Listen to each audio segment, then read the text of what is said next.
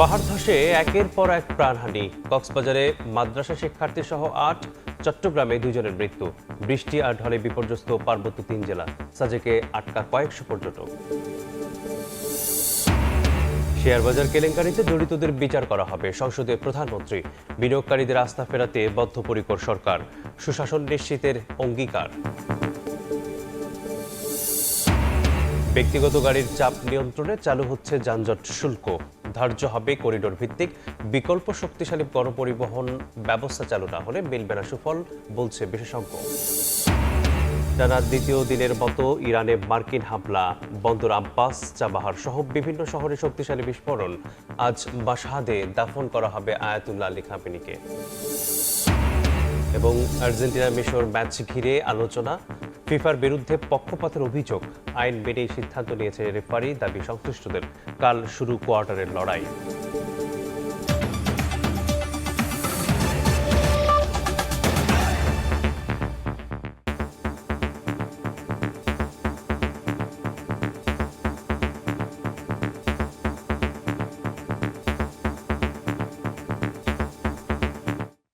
ভোরের সময় সঙ্গে আছি আমি মেসবাহুল আলিফ। ভারী বর্ষণে পাহাড় ধসে ঝরছে একের পর এক প্রাণ। কক্সবাজারের উখিয়ায় রোহিঙ্গা ক্যাম্পে মাদ্রাসা শিক্ষার্থী সহ ৮ জনের মৃত্যু হয়েছে। জীবিত উদ্ধার করা হয়েছে 5 জনকে। এদিকে চট্টগ্রামের চশমাহিল ও জঙ্গল সলিমপুরে পাহাড় ধসে শিশুসহ 2 জন মারা গেছেন। ব্যাপক ক্ষয়ক্ষতি হয়েছে বান্দরবানেও।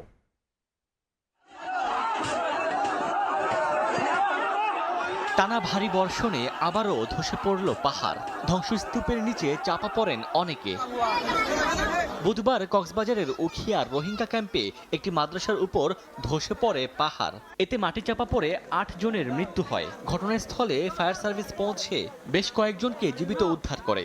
দুর্যোগকালীন অস্থায়ী আশ্রয়কেন্দ্র হিসেবে অনেক রোহিঙ্গা এখানে আশ্রয় নিয়েছিলেন। আর শিক্ষক পয়েন্ট মানে ফনাফরতে পয়েন্ট আসেল ওয়াল ভাঙে দূরে সমস্ত মানুষ 500 জন মারা গিয়ে। আমরা যখন জানতে পারছি তখনই আমরা অ্যাম্বুলেন্স সার্ভিস নিয়ে চলে আসছি, রেফারেল করে রাখলে সেখান থেকে সেই সার্ভিস দেওয়া হয়েছে। আমরা প্রতিনিয়ত মাইকিং করি, সতর্ক করি পাহাড়ের পাদদেশ থেকে যেন নিরাপদ আশ্রয়ে চলে যায়, যেহেতু টানা বর্ষণ হচ্ছে। কিন্তু তারপরেও তাদের অসচেতনতার কারণে এই পাহাড় ধস হয়, পাহাড় ধসের ফলে ওরা চাপা পড়ে এবং এই দুর্ঘটনাগুলো হয়। এদিকে বান্দরবানে ভারী বৃষ্টিতে পাহাড় ধসে পড়েছে, এতে 6টি বসতঘর ভেঙে গেছে। ফায়ার সার্ভিস জানায় অব্যাহত বৃষ্টিতে ঝুঁকি নিয়েও পাহাড়ে বসবাস করছে শত শত পরিবার। শঙ্কা থাকায় অনেকেই সরে যান দুর্ঘটনা কবলিত এলাকা থেকে। ভারী বর্ষণ হচ্ছিল, আমরা একটা বিকট শব্দ শুনে দেখি পিছন থেকে ভেঙে চলে আসছে, করে একটা অনেক বড় বিকট শব্দ এবং পুরো ভেঙে আমার পুরো একটা সাজানো গোছানো বাড়ি নতুন করছি, এটা পুরোটা একদম ভেঙে চুরমার হয়ে গেছে। এখন মাটি ধসে একেবারে সম্পূর্ণ ঘর বিধ্বস্ত হয়ে গেছে, মানে মালামাল সহ একেবারে বাসায় মানুষ ছিল। ভালো ছিল যে আমরা 5 মিনিট আগে বাসা থেকে বেরিয়ে গেছিলাম।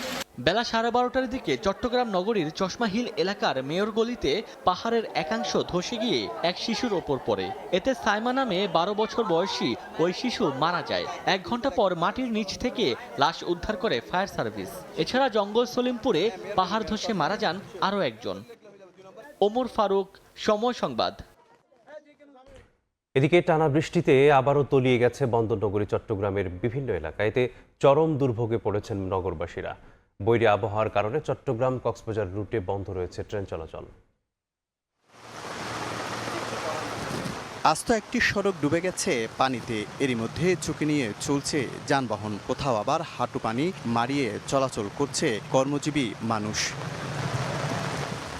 সকাল থেকে একটানা বৃষ্টিতে আবারও তলিয়ে গেছে চট্টগ্রাম নগরীর চকবাজার, কাতারগঞ্জ, আগ্রাবাদ, আনোয়ারা সহ বিভিন্ন এলাকা। জলাবদ্ধতায় তৈরি হয় চরম দুর্ভোগ। বৈরী আবহাওয়ার কারণে চট্টগ্রাম বিশ্ববিদ্যালয়ে ক্লাস পরীক্ষা স্থগিত করেছে প্রশাসন। রোডের মধ্যে তো প্রচুর পানি, বদ্রাটায় দড়িয়ে এদিকে সব ডুবে গেছে, কাতালগঞ্জ সহকার। গাড়ি কোনো দিকে যাওয়া যাচ্ছে না জলবদ্ধতার কারণে, চারিদিকে মানে পেট পর্যন্ত পানি।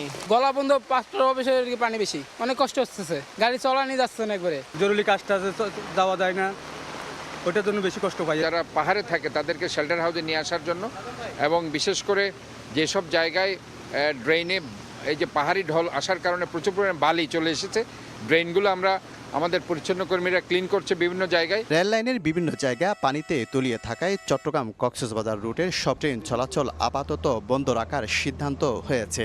সকালে বিশেষ ট্রেনে নগরীর 16 শহর জ্বালানিহাট সেকশনের প্লাবিত স্থান পরিদর্শন করেন রেল প্রতিমন্ত্রী। মূল লক্ষ্য হচ্ছে বড় কোনো দুর্ঘটনার হাত থেকে আমাদের যাত্রীদেরকে এবং রেলকে রক্ষা করা।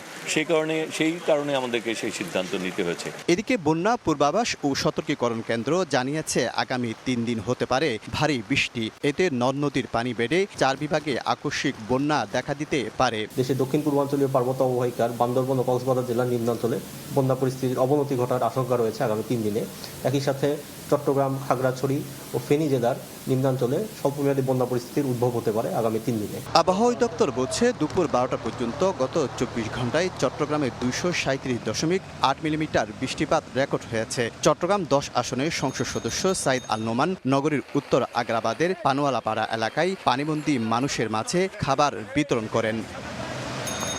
শফিকুল আলম, সময় সংবাদ, চট্টগ্রাম। ভারী বর্ষণ ও পাহাড়ি ঢলে বিপর্যস্ত 3 পার্বত্য জেলা। পানিবন্দী হাজারো মানুষ। পরিবার নিয়ে আশ্রয় কেন্দ্রে ঠাঁই নিয়েছেন কয়েকশো পরিবার। সড়কের বেশ কয়েকটি জায়গা তলিয়ে যাওয়ায় সাজেকে আটকা পড়েছেন কয়েকশো পর্যটক। কক্সবাজারে ভারী বৃষ্টিপাতে পাহাড় ধসের শঙ্কায় চলছে মাইকিং। 4 সমুদ্র বন্দরে চলছে 3 নম্বর সতর্কতা সংকেত।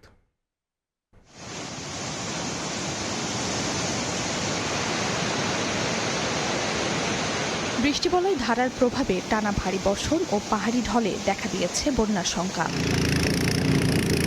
বান্দরবানের সাঙ্গু ও মাতামুহুরী নদীর পানি বেড়ে প্লাবিত শহরের আর্মিপাড়া, ওয়াবদা ব্রিজ, শেরেবাংলানগর, ইসলামপুর সহ লামা, আলীকদম ও নাক্ষংছড়ির বিভিন্ন এলাকা। পানিবন্দী হাজারো মানুষ। পরিস্থিতি মোকাবেলায় খোলা হয়েছে 220টি আশ্রয় কেন্দ্র। এসব কেন্দ্রে ঠাঁই নিয়েছেন কয়েকশো পরিবার। ঘরে ঘরে পানি, এখন কি করবো ভাই, কয়েক দিন এখন দেখেন ডাম টুম নিয়ে ফ্যামিলি নিয়ে কোথায় আসলে টেনশনে ভাই। খুব দ্রুত পানি বাসার মধ্যে ঢুকে গেছে, যার কারণে আমরা বেরোতে পারতেছি না। বাচ্চাদের কিনে আমরা অনেক কষ্ট লাগে। এখানে আমরা একটা রুমের ভিতরে আমরা 27টা ফ্যামিলি কিভাবে থাকি? মাটির চুলা বসাইও রান্না করতে পারতেছি না, আমাদের জিনিসপত্র সবগুলো ভিজে গেছে। প্লাবিত হয়েছে রাঙামাটির বাঘাইছড়ির নিম্নাঞ্চল। খাগড়াছড়ি সাজেক সড়কের কয়েকটি স্থান তলিয়ে যাওয়ায় 4 শতাধিক পর্যটক আটকা পড়েছেন।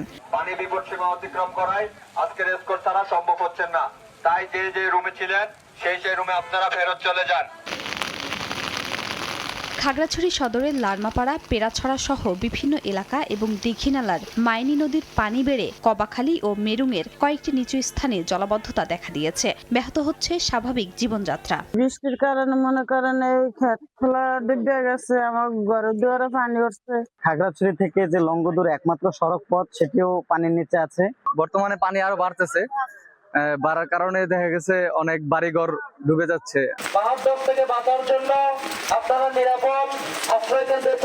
কক্সবাজারে ভারী বৃষ্টিপাতে পাহাড় ধসের শঙ্কায় ঝুঁকিপূর্ণ এলাকায় চলছে মাইকিং। সতর্কবার্তা প্রচারের পাশাপাশি খোলা হয়েছে আশ্রয় কেন্দ্র। বৃষ্টি ও জোয়ারে চকরিয়া, কুতুবদিয়া, মহেশখালী, টেকনাফ ও সেন্ট মার্টিনের নিম্নাঞ্চল প্লাবিত। 4 সমুদ্র বন্দরকে 3 নম্বর সতর্ক সংকেত দেখানো হয়েছে। তলিয়ে গেছে ব্রাহ্মণবাড়িয়া শহরের বেশিরভাগ সড়ক। ময়মনসিংহে বাসাবাড়ি, হাসপাতাল, শিক্ষা প্রতিষ্ঠান ও ব্যবসা প্রতিষ্ঠানে পানি ঢুকে স্বাভাবিক জীবনে ছন্দপতন ঘটেছে। জলমগ্ন এলাকা পরিদর্শন করেন সিটি কর্পোরেশনের প্রশাসক। আমরা ড্রেনের মুখগুলো দ্রুত সরাই দিচ্ছি, খালের মুখগুলো ময়লা সরাই দিচ্ছি। আমরা আশা করছি খুব দ্রুত পানি নেমে যাবে। বিভিন্ন জায়গায় পানি ইতিমধ্যে নেমে গেছে। এদিকে ঝালুকাঠির সুগন্ধা, বিষখালী, ধানসিঁড়ি, বাসুন্ডা সহ 11টি নদ নদীর পানি স্বাভাবিকের চেয়ে 3 ফুট বৃদ্ধি পেয়েছে। গাইবান্ধায় ব্রহ্মপুত্র, ঘাগট, তিস্তা ও করতোয়া নদ নদীর প্রায় 25টি পয়েন্টে দেখা দিয়েছে তীব্র ভাঙন। খাদিজা স্বপ্না, সময় সংবাদ। পাহাড়ের পাদদেশে ঝুঁকি নিয়ে বসবাসরতদের সমস্যার স্থায়ী সমাধানে কাজ করছে সরকার। রাতে রাঙামাটির ভেদভেদী লোকনাথ মন্দির আশ্রয় কেন্দ্র পরিদর্শনে গিয়ে কথা বলেন পার্বত্য চট্টগ্রাম বিষয়ক প্রতিমন্ত্রী মীর মোহাম্মদ হেলাল উদ্দিন। এটা যে স্থায়ী সমাধান, এই জন্য আমাদের সরকার, আমাদের পার্বত্য চট্টগ্রাম বিষয়ক মন্ত্রণালয় ঐকান্তিক প্রচেষ্টায় কাজ করছে। ইনশাল্লাহ আমরা এই অঞ্চলের সকল সমস্যা দূর করে এই অঞ্চলের মানুষের জীবনমান উন্নয়নে আমরা সচেষ্ট থাকব। শেয়ারবাজার কেলেঙ্কারিতে জড়িতদের বিচার করা হবে বলে জানিয়েছেন প্রধানমন্ত্রী তারেক রহমান। সংসদে চলমান দ্বিতীয় অধিবেশনের প্রশ্নোত্তর পর্বে তিনি জানান, সুশাসন নিশ্চিত করে বিনিয়োগকারীদের আস্থা ফেরাতে সরকার বদ্ধপরিকর। তিনি জানান, প্রাথমিক ও মাধ্যমিক স্তরের শিক্ষকদের প্রশিক্ষণ সহ পর্যায়ক্রমে বেতন বৃদ্ধি করা হবে। 1996-এর পর আবারও 2010 সালের কেলেঙ্কারিতে ধস নামে শেয়ার বাজারে। বিনিয়োগকারীদের আস্থাহীনতায় ভঙ্গুর পুঁজিবাজার ধারাবাহিকভাবে আর শক্ত অবস্থানে দাঁড়াতে পারেনি। ধন্যবাদ মাননীয় সংসদ সদস্য। এবার পুঁজিবাজারের সংকট কাটাতে নড়ে চড়ে বসেছে সরকার। সংসদে প্রশ্নোত্তর পর্বে প্রধানমন্ত্রী জানান, বিনিয়োগকারীদের আস্থা ফেরাতে সুশাসন নিশ্চিত করা হবে, বিচার নিশ্চিত করা হবে কেলেঙ্কারিতে জড়িতদের। বলেন, বীমা খাতের অনিয়ম নিয়েও তদন্ত হচ্ছে। শেয়ার মার্কেটের পতন ঘটিয়ে হাজার হাজার বিনিয়োগকারীদের নিঃস্ব করার জন্য যারা দায়ী তাদের চিহ্নিত করা সহ তাদের বিরুদ্ধে আইনানুগ ব্যবস্থা গ্রহণে বর্তমান সরকার পরিকল্পনা গ্রহণ করেছে। মাননীয় স্পিকার, বর্তমান সরকার শেয়ার মার্কেটের স্থিতিশীলতা ফিরিয়ে আনা সহ বিনিয়োগকারীদের আস্থা পুনরুদ্ধারের জন্য বদ্ধপরিকর। সরকার ইতিমধ্যে বিনিয়োগকারীদের আস্থা বৃদ্ধিতে সুশাসন, স্বচ্ছতা, জবাবদিহিতা, পণ্যের বৈচিত্র্যকরণের মাধ্যমে বাজারের গভীরতা বৃদ্ধি, বিনিয়োগ শিক্ষার প্রসার ইত্যাদির মাধ্যমে উন্নত এবং টেকসই পুঁজিবাজার গঠনের উদ্যোগ গ্রহণ করেছে। আর এক প্রশ্নের জবাবে কৃষিজ উৎপাদন বাড়াতে সরকারের পদক্ষেপ তুলে ধরেন সংসদ নেতা। বর্তমান সরকার কৃষিকে সনাতনী আর শ্রমনির্ভর ব্যবস্থা থেকে বের করে নিয়ে এসে গবেষণা, আধুনিক প্রযুক্তি, উদ্ভাবন এবং যান্ত্রিকরণের মাধ্যমে একটি প্রযুক্তি নির্ভর, লাভজনক, প্রতিযোগিতামূলক এবং টেকসই খাতে রূপান্তরের লক্ষ্যে বেশ অনেকগুলো পদক্ষেপ গ্রহণ করছে। কুমিল্লা থেকে নির্বাচিত সংসদ সদস্য আবুল হাসনাতের প্রশ্নের জবাবে প্রধানমন্ত্রী বলেন, আগামী 5 বছরে শিক্ষা বাজেট 5% উন্নীত করা হবে। জানান, পর্যায়ক্রমে বেতন বাড়বে প্রাথমিক ও মাধ্যমিকের শিক্ষকদের। স্বৈরাচারের সময় শুধু বিল্ডিং হয়েছে, কিন্তু হিউম্যান রিসোর্সের কোনো উন্নতি হয় নাই। প্রাইমারি এবং সেকেন্ডারি এই শিক্ষকদেরকে যদি আমরা সঠিকভাবে ট্রেনিং দিতে না পারি, কিন্তু শুধু ট্রেনিং না, ট্রেনিংয়ের সাথে তাদেরকে তাদের সম্মানীয় যদি বৃদ্ধি করতে না পারি, তাহলে অবশ্যই আমরা প্রত্যাশা করি না যে তারা ভালো কিছু ডেলিভার করতে পারবেন। এদিকে অধিবেশন শুরুর আগেই সংসদ ভবন পরিদর্শনে আসা শিক্ষক ও শিক্ষার্থীদের সঙ্গে কুশল বিনিময় করেন প্রধানমন্ত্রী। এ সময় শিক্ষার্থীদের পড়ালেখার খোঁজ খবর নেন তিনি। দেশের সেবায় নিজেদের প্রস্তুত করতেও উৎসাহ দেন সরকার প্রধান। সানবীর রূপল, সময় সংবাদ, ঢাকা। গণভোটের রায় নিয়ে সরকার জাতির সঙ্গে অন্তহীন প্রতারণা করছে বলে অভিযোগ করেছেন জামায়াত আমির ডাক্তার শফিকুর রহমান। রাজধানীতে 11 দলীয় জোটের সেমিনারে এ অভিযোগ করেন তিনি। এ সময় দেশের নতুন করে রক্তপাত এড়াতে গণভোটের রায় দ্রুত বাস্তবায়নের আহ্বান জানান অন্য নেতারা। গণভোটের রায় বাস্তবায়ন ও গণহত্যার বিচার কার্যকর করার দাবিতে রাজধানীর কাকরাইলে 11 দলীয় ঐক্যের সেমিনার। জোটের শীর্ষ নেতাদের সঙ্গে আয়োজনে অংশ নেন জুলাই যোদ্ধা ও শহীদ পরিবারের সদস্যরা। গণভোটের রায় বাস্তবায়ন না করে দেশকে নতুন রাজনৈতিক সংকটের দিকে নিয়ে যাচ্ছে বিএনপি, এমন অভিযোগ করে বক্তারা বলেন, নতুন করে রক্তপাত এড়াতে রায় বাস্তবায়নের বিকল্প নেই। যারা গণহত্যা সংঘটিত করেছে বাংলাদেশে, তাদেরকে যথোপযুক্তভাবে বিচারের আওতায় নিয়ে এসে এই বাংলাদেশে জুলাই গণহত্যাকারীদের শাস্তি অবশ্যই কার্যকর করতে হবে। গণভোটের রায় বিএনপি কিন্তু ইচ্ছা করে না মেনে রাজনীতিতে ইচ্ছা করে একটা সংকট তৈরি করেছে। প্রধান অতিথির বক্তব্যে জামায়াত আমির অভিযোগ করেন, জুলাই সনদ নিয়ে জাতির সঙ্গে অন্তহীন প্রতারণা করেছে সরকার। বলেন, যারা জনগণের জনমতের ওপর প্রশ্ন তুলছে তারা গণতন্ত্রে বিশ্বাস করে না।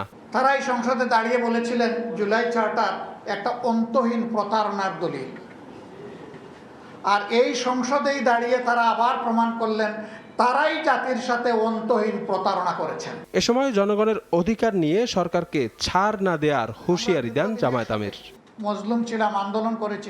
শফিক মুন্সি, সময় সংবাদ, ঢাকা।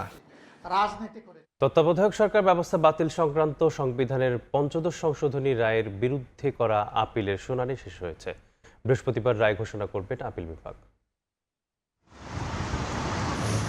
2009 সালে ক্ষমতায় এসে আপিল বিভাগের এক রায়ের পরিপ্রেক্ষিতে তত্ত্বাবধায়ক সরকার ব্যবস্থা বাতিল করে আওয়ামী লীগ সরকার। পরে সংবিধানের ৫ম সংশোধনীর মাধ্যমে সেই পরিবর্তন কার্যকর করা হয়। পৃথক দুইটি রিটের চূড়ান্ত শুনানি শেষে 2024 সালের 17 ডিসেম্বর ৫ম সংশোধনের কিছু অংশ অসাংবিধানিক ঘোষণা করে বাতিল করেন হাইকোর্ট। এরপরও থামেনি আইনি লড়াই। বুধবার রাষ্ট্রপক্ষের শুনানি শেষে বৃহস্পতিবার রায়ের জন্য দিন ধার্য করেন প্রধান বিচারপতি জুবায়ের রহমান চৌধুরীর নেতৃত্বাধীন আপিল বিভাগ। মৌলিক কাঠামো ঠিক রেখে পঞ্চদশ সংশোধনী সংক্রান্ত বাকি বিষয় সংসদের উপর ছেড়ে দেওয়ার আহ্বান জানান অ্যাটর্নি জেনারেল। আমরা সংবিধানের এই সংশোধনের মাধ্যমে আমাদের দীর্ঘদিনের আইনি কাঠামো, সেই কাঠামোর মধ্যে থেকে ইতিপূর্বেকার সংবিধানের মৌলিক কাঠামো পরিপন্থী কোনো যদি সংশোধনী হয়, কোনো বিধান সংযুক্ত করা হয়, তাহলে বাতিল করার যে বিধান এবং যে রায় ইতিপূর্বে প্রচারিত হয়েছে আমরা সেটাও বলেছি। আবার অ্যাট দ্য সেম টাইম সংবিধান বহির্ভূত যদি কোনো প্রভিশন যদি পঞ্চদশ সংশোধনীর মধ্যে থেকে থাকে, সেটিও পূর্বের রায়ের নজিরের আলোকে সেগুলো বাতিল চেয়েছি। আপিলকারীর আইনজীবী শরীফ ভুইয়া বলেন, সংবিধানের পঞ্চদশ সংশোধনী ছিল প্রতারণামূলক, তাই এটি পুরোপুরি বাতিল হওয়া উচিত। অন্যদিকে সাংঘর্ষিক বিষয়গুলো বাতিল করে বাকি বিষয়গুলো সংসদের উপর ছেড়ে দেওয়ার আহ্বান জানান জামায়াতের আইনজীবী। পঞ্চদশ সংশোধনীর মাধ্যমে মূলত সংবিধানকে পুনর্লিখন করা হয়েছে। এটা একটা মেসি পরিবর্তন। এই জন্য এখানে দুটো দিক আছে। একটা দিক আছে যেগুলো আদালতের কাজ নয়, আর আরেকটা দিক আছে যেগুলো পার্লামেন্টের কাজ।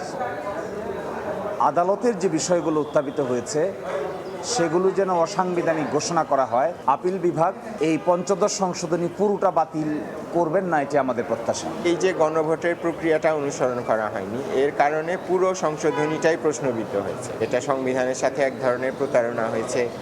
দেশে একটা কর্তৃত্ববাদী ব্যবস্থা চালু করার জন্য এটা করা হয়েছে, এবং আরও যে সমস্ত সুরক্ষা আছে একটা সংশোধনী পাশ করার, সেগুলো এখানে অনুসরণ করা হয়নি। 2025 সালের ডিসেম্বরে তৎকালীন প্রধান বিচারপতি সৈয়দ রেফাত আহমেদের নেতৃত্বাধীন আপিল বেঞ্চে কয়েকদিন ধরে এই বিষয়ে শুনানি হয়। জাতীয় নির্বাচন সামনে চলে আসায় তখন এই বিষয়ে কোনো চূড়ান্ত সিদ্ধান্ত দেননি তৎকালীন প্রধান বিচারপতির বেঞ্চ। সাবিনা মজুমদার, সময় সংবাদ, ঢাকা। বাংলাদেশে আশ্রয় নেওয়া রোহিঙ্গাদের দ্রুত মিয়ানমারে ফেরত পাঠাতে আন্তর্জাতিক সম্প্রদায়ের সহায়তা চেয়েছেন স্বরাষ্ট্রমন্ত্রী সালাউদ্দিন আহমদ। জাতিসংঘ সদর দপ্তরের সংস্থার under secretary general Rosemary Di কার্লোর সঙ্গে দ্বিপাক্ষিক বৈঠকে তিনি এ আহ্বান জানান। এছাড়া জাতিসংঘ পুলিশ প্রধানদের সম্মেলনে অংশ নিয়ে আন্তদেশীয় অপরাধী চক্র দমনে বিশ্ব নেতৃত্বের সমন্বিত উদ্যোগের উপর জোর দেন স্বরাষ্ট্রমন্ত্রী। যুক্তরাষ্ট্র থেকে লস্কর আল মামুনের রিপোর্ট। রোহিঙ্গা সংকট এখন বাংলাদেশের গণ্ডি পেরিয়ে আঞ্চলিক নিরাপত্তার জন্য বড় চ্যালেঞ্জ হয়ে দাঁড়িয়েছে। এই সংকটের সমাধান এবং রোহিঙ্গাদের দ্রুত নিজ দেশ মিয়ানমারে নিরাপদ প্রত্যাবাসন নিশ্চিত করতে আন্তর্জাতিক কূটনীতিতে নতুন করে জোর দিচ্ছে বাংলাদেশ। জাতিসংঘের রাজনৈতিক ও শান্তি বিনির্মাণ বিষয়ক under secretary general Rosemary Di কার্লোর সঙ্গে এক গুরুত্বপূর্ণ দ্বিপাক্ষিক বৈঠক করেন স্বরাষ্ট্রমন্ত্রী সালাউদ্দিন আহমদ। বৈঠকে বিশ্ব শান্তি রক্ষা ও শান্তি বিনির্মাণে বাংলাদেশের অবস্থান তুলে ধরার পাশাপাশি রোহিঙ্গাদের মিয়ানমারে ফেরাতে জাতিসংঘ সহ আন্তর্জাতিক সম্প্রদায়ের কাছ থেকে আরও জোরালো দৃশ্যমান পদক্ষেপের আহ্বান জানান তিনি। Your Excellency, Under Secretary General for Department of Peace Operations. Rohingya সংকটের পাশাপাশি বৈশ্বিক অপরাধের পরিবর্তিত ধরন নিয়ে জাতিসংঘে কথা বলেন স্বরাষ্ট্রমন্ত্রী। পঞ্চম United Nations chiefs of police summit বা ইউএন কপস 2026 এ অংশ নিয়ে তিনি বলেন, প্রযুক্তির দ্রুত বিকাশ ও অপরাধী চক্রগুলোর আন্তদেশীয় নেটওয়ার্কের কারণে প্রথাগত পুলিশিং ব্যবস্থার আমূল পরিবর্তন ও আধুনিকায়ন এখন সময়ের দাবি। As we look to the future of the United Nations policing, one reality is clear. Tomorrow's challenges cannot be addressed with yesterday's capabilities. We must invest in highly skilled personnel, specialized expertise, and innovative approaches to remain effective in an increasingly interconnected world. সম্মেলনে 5 সদস্যের বাংলাদেশ প্রতিনিধি দলের নেতৃত্বে ছিলেন স্বরাষ্ট্রমন্ত্রী। Police মহাপরিদর্শক Mohammad Ali Hossain ফকিরও সম্মেলনে অংশ নিয়েছেন। লস্কর আল মামুন, সময় সংবাদ, যুক্তরাষ্ট্র। ট্রাফিক জ্যাম কমাতে নির্দিষ্ট রুটে ব্যক্তিগত গাড়ির চাপ নিয়ন্ত্রণে চালু হচ্ছে যানজট শুল্ক। গণপরিবহন ব্যবস্থা উন্নত করতে করিডোর ভিত্তিক ধার্য করা হবে এই শুল্ক। বিশেষজ্ঞরা বলছেন, বিকল্প শক্তিশালী গণপরিবহন ব্যবস্থা চালু না করলে মিলবে না সুফল। ঢাকা পরিবহন সমন্বয় কর্তৃপক্ষ বলছে, যানজটমুক্ত শহর গড়তে প্রয়োজনীয় সব ব্যবস্থা নেওয়া হবে। সঞ্জয় মজুমদার, খলিলুর রহমান ও মেহেদি হাসান ক্যামেরায় ওয়ালিউল সাকিবের প্রতিবেদন। উন্নত বিশ্বের বিভিন্ন দেশেই চালু আছে কনজেশন চার্জ বা যানজট শুল্ক। মূলত পিক আওয়ার বা ব্যস্ততম সময়ে সড়কে গাড়ির চাপ কমাতেই ধার্য করা হয়ে থাকে এই শুল্ক। বিকল্প হিসেবে পর্যাপ্ত গণপরিবহন থাকা এলাকাগুলোতে ব্যক্তিগত গাড়ি নিয়ে বের হলে স্বয়ংক্রিয়ভাবে কেটে নেওয়া হয় নির্দিষ্ট ফি। যুক্তরাষ্ট্র, যুক্তরাজ্য, ইতালি, সুইডেন ও সিঙ্গাপুর সহ অনেক দেশে নির্দিষ্ট সড়কে চালু আছে এই শুল্ক ব্যবস্থা। সেসব অভিজ্ঞতার আলোকে রাজধানী ঢাকায়ও যানজট শুল্ক চালুর কথা ভাবছে সরকার। যেসব এলাকায় গণপরিবহন ব্যবস্থা উন্নত সেসব এলাকাকে করিডোর ধরে প্রাইভেট কার, মোটরসাইকেল ও ট্রাকের ওপর ধার্য করা হবে নির্দিষ্ট শুল্ক। Metro rail, bus rapid transit ও উন্নত বাস সেবা থাকা এলাকাগুলো থাকবে এই শুল্কের আওতায়। 20 বছরে ধাপে ধাপে বাড়ানো হবে করিডোর। যানজট শুল্কের আওতায় বাড়বে সড়কের পরিধিও। তবে উন্নত বিশ্বের দেশগুলোর বিপরীতে অধিক জনবহুল এই নগরীতে আদৌ কি কার্যকর হবে এই পদ্ধতি, নাকি রাজধানীবাসীর ভোগান্তির পাল্লাই ভারী হবে আরও কিছুটা? তবে বিকল্প হিসেবে পর্যাপ্ত গণপরিবহন ব্যবস্থা তৈরির ক্ষেত্রে চ্যালেঞ্জ রয়েছে বলে মনে করছেন বিশেষজ্ঞরা। অর্থায়ন ও প্রযুক্তিগত চ্যালেঞ্জও হয়ে উঠতে পারে বড় বাধা। আমাকে জনসাধারণের বিকল্প আগে দিতে হবে, গণপরিবহনটা দিতে হবে, মেট্রো রেল দিতে হবে এবং গণপরিবহনের বিভিন্ন সংস্করণ দিয়ে তাদেরকে যোগান দিতে হবে। এবং শুধু যোগান দিলে হবে না, আমি সড়ক থেকে সবাইকে যদি গণপরিবহনে নিতে চাই তাহলে গণপরিবহনের ওই ক্যাপাসিটিও থাকতে হবে। ট্রাকের যে বিষয়টা এসেছে সেখানে আমি মনে করি এটা অনেকটা প্রহসন হিসাবে আমি দেখছি, কারণ ট্রাকের বিকল্প ফ্রেইট ট্রান্সপোর্ট, আমার বিকল্প কি আছে? আমি তো সামনে কিছু দেখছি না। ঢাকা পরিবহন সমন্বয় কর্তৃপক্ষ বলছে যানজট মুক্ত রাজধানী গড়তে সরকারের সবগুলো সংস্থা মিলে সর্বাত্মক চেষ্টা করবে। বিকল্প হিসেবে গড়ে তোলা হবে শক্তিশালী গণপরিবহন ব্যবস্থা। আমরা 20 বছর মেয়াদী একটা পরিকল্পনা করেছি ঢাকা নগরী, মহানগরী এবং এর চারপাশকে যানজট মুক্ত করার জন্য। এই এমআরটি লাইনগুলো এমআরটি 1 থেকে 6 পর্যন্ত এই পর্যায়ক্রমে এগুলো যখন করব, কিছু কিছু করিডোরে পর্যায়ক্রমে আমরা পৃথিবীর অন্যান্য দেশের মতো আমরা একটি ডিজিটাল একটি চার্জিংয়ের ব্যবস্থা আমরা করব।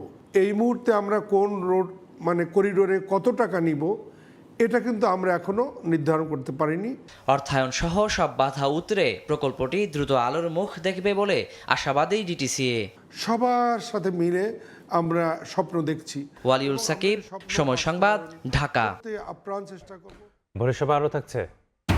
সংকটে থাকা ব্যাংকগুলোকে এ পর্যন্ত ৭৬,০০০ কোটি টাকা তারল্য সহায়তা। মৌলিক সমস্যা সমাধানে জোর অর্থনীতিবিদদের।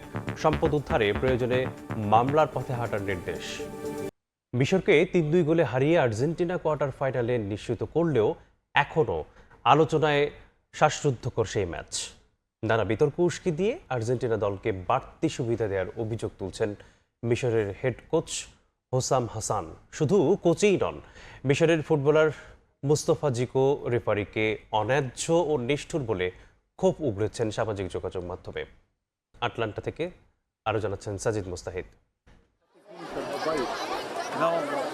ম্যাচের শুরু থেকেই দুর্দান্ত ছিল দ্য ফারাও খ্যাত মিশর, কিন্তু খাদের কিনারা থেকে ঘুরে দাঁড়ায় বিশ্ব চ্যাম্পিয়ন আর্জেন্টিনা। রোমেরো এবং লিওনেল মেসির ব্যাক টু ব্যাক গোলে সমতায় ফেরে আলবিসেলেস্তে। আর ম্যাচের একেবারে শেষ মুহূর্তে এনজো ফার্নান্দেজের হেডারে জয় নিশ্চিত করে আর্জেন্টিনা। তবে ম্যাচের আসল নাটকীয়তা জমে ওঠে শেষের ঠিক আগ মুহূর্তে। আর্জেন্টিনার ডি বক্সে ফরওয়ার্ড হুলিয়ান আলভারেজের চ্যালেঞ্জে মাটিতে পড়ে যান মিশর অধিনায়ক মোহাম্মদ সালাহ। পেনাল্টির জোরালো দাবি তুললেও ফরাসি রেফারি ফ্রাসোয়া ল্যাতেক্সিয়া খেলা চালিয়ে যাওয়ার নির্দেশ দেন। এমনকি ভিএআর রেফারিকে সাহায্য করতেও এগিয়ে আসেনি। এর ঠিক আগেই মিশরের আরেকটি গোল বাতিল করে দেয়া হয় ভিএআর এর মাধ্যমে, যা নিয়ে প্রশ্ন উঠেছে বিশ্বব্যাপী। আর্জেন্টিনা প্রতিটি ম্যাচে রেফারি এবং ভিএআর থেকে সুবিধা পাচ্ছে এমন দাবি করে আসছেন অনেকেই। এবার ইজিপ্টের বিপক্ষে ম্যাচের শেষে এমন প্রশ্ন তুলেছেন খোদ ইজিপ্টের কোচ। পুরো ম্যাচটা পরিষ্কারভাবে সাজানো ছিল। সবকিছুর পেছনে কাজ করেছে টাকা আর বাণিজ্যিক স্বার্থ। যদি আর্জেন্টিনাকেই জেতানোর এত ইচ্ছা থাকে তবে আমাদের বাকিদের এই টুর্নামেন্টে ডেকে আনার কি দরকার ছিল? আর্জেন্টিনা দল গেল বিশ্বকাপ জিতলেও সেই শিরোপা ছিল না বিতর্কমুক্ত। এবারও শিরোপার দিকে যত এগিয়ে যাচ্ছে মেসির দল, ততই বাড়ছে বিতর্ক, হচ্ছে সমালোচনা। সাজিদ মুস্তাহিদ, সময় সংবাদ, আটলান্টা, যুক্তরাষ্ট্র। ভোরের সভা আরও থাকছে। বৈরী আবহাওয়ায় বিপর্যয়ে আমদানি রপ্তানি বাণিজ্য। চট্টগ্রাম বন্দরে 3 দিন ধরে পণ্য খালাস ব্যাহত। শত কোটি টাকারও বেশি আর্থিক ক্ষতির দাবি। সংকট তৈরি পোশাক কারখানায়ও। 24 ঘন্টায় ডেঙ্গুতে আক্রান্ত হয়ে 3 জনের মৃত্যু হয়েছে। হাসপাতালে ভর্তি 251 জন। এদিকে হাম ও উপসর্গে একদিনে মারা গেছে 3 জন। নতুন আক্রান্ত 902। চিকিৎসকরা বলছেন, ভুল চিকিৎসা ও না বুঝে ওষুধ খাওয়ায় দ্রুত অবনতি হচ্ছে স্বাস্থ্যের। তাই লক্ষণ একই হলেও বিভ্রান্ত না হয়ে সঠিক চিকিৎসা চালিয়ে যাওয়ার পরামর্শ তাদের। হামের প্রকোপ কমলেও বাড়ছে ডেঙ্গু। তীব্র ব্যথা, জ্বর, র্যাশ নিয়ে হাসপাতালে ভর্তি হচ্ছেন অনেকে। জেলা উপজেলা থেকেও চিকিৎসা নিতে আসছেন রাজধানীতে। শরীরের র্যাশে প্রাথমিকভাবে ঘামাচি মনে হলেও পরীক্ষায় ধরা পড়ছে হাম। আবার একই উপসর্গ নিয়ে হাসপাতালে এলে জানতে পারছেন ডেঙ্গু হয়েছে। বলতেছে ওর অবস্থা অনেক খারাপ, সিরিয়াস। লোকা এ জায়গা হলো পান যায় না, আইসি পান যায় না। যেটা আপনারা পান অন্য জায়গায় নেবেন, আর আমরা যদি পাই তাহলে আমরা সিরিয়াল দিয়ে রাখছি। জ্বর হলে আমরা বাড়ির থেকে এই ওষুধ খাইছি, খালি জ্বর কমে না ভর্তি করে সে জায়গার পরিবেশ ভালো না বলে আমরা সেনতে চলে এসেছিলাম। প্রথমে তো অ্যালার্জি মনে করছিলাম, তো ফার্মেসিতে যাওয়ার পরে রিপোর্ট দেখার পরে বলছিল যে এগুলো হাম। চিকিৎসকরা বলছেন, ভুল চিকিৎসা ও না বুঝে ঔষধ খাওয়ায় দ্রুত অবনতি হচ্ছে স্বাস্থ্যের। বেশি ভুগছেন একাধিকবার ডেঙ্গুতে আক্রান্ত হওয়া রোগীরা। তাই জ্বরের প্রথম 2 দিনের মধ্যে চিকিৎসকের শরণাপন্ন হওয়ার পরামর্শ তাদের। জ্বর হলেই আমরা বলবো যে যেহেতু ডেঙ্গুর সিজন শুরু হওয়ার সাথে সাথেই তারা যেন প্রথম দিন বা দ্বিতীয় দিনের মধ্যেই ডেঙ্গু NS1 এবং CBCটা করে নেয়। প্রথম দিনই বা সেকেন্ড ডে কিন্তু এখন ডায়াগনোসিস করা যায়। হাম ও ডেঙ্গুর লক্ষণে বিভ্রান্ত না হয়ে সচেতন হয়ে সঠিক চিকিৎসা চালিয়ে যাওয়ার পরামর্শ সংশ্লিষ্টদের। আয়েশা সিদ্দিক, সামিয়া, সময় সংবাদ, ঢাকা। ভারী বৃষ্টিতে ঘরের ভেতর জমেছিল পানি। মায়ের সঙ্গে ঘুমিয়ে থাকা অবস্থায় সেই পানিতেই পড়ে গিয়ে প্রাণ গেল 9 মাস বয়সী শিশুর। ময়মনসিংহ নগরীতে ঘটে এমন মর্মান্তিক ঘটনা। একমাত্র সন্তানকে হারিয়ে পাগল প্রায় পরিবারটি।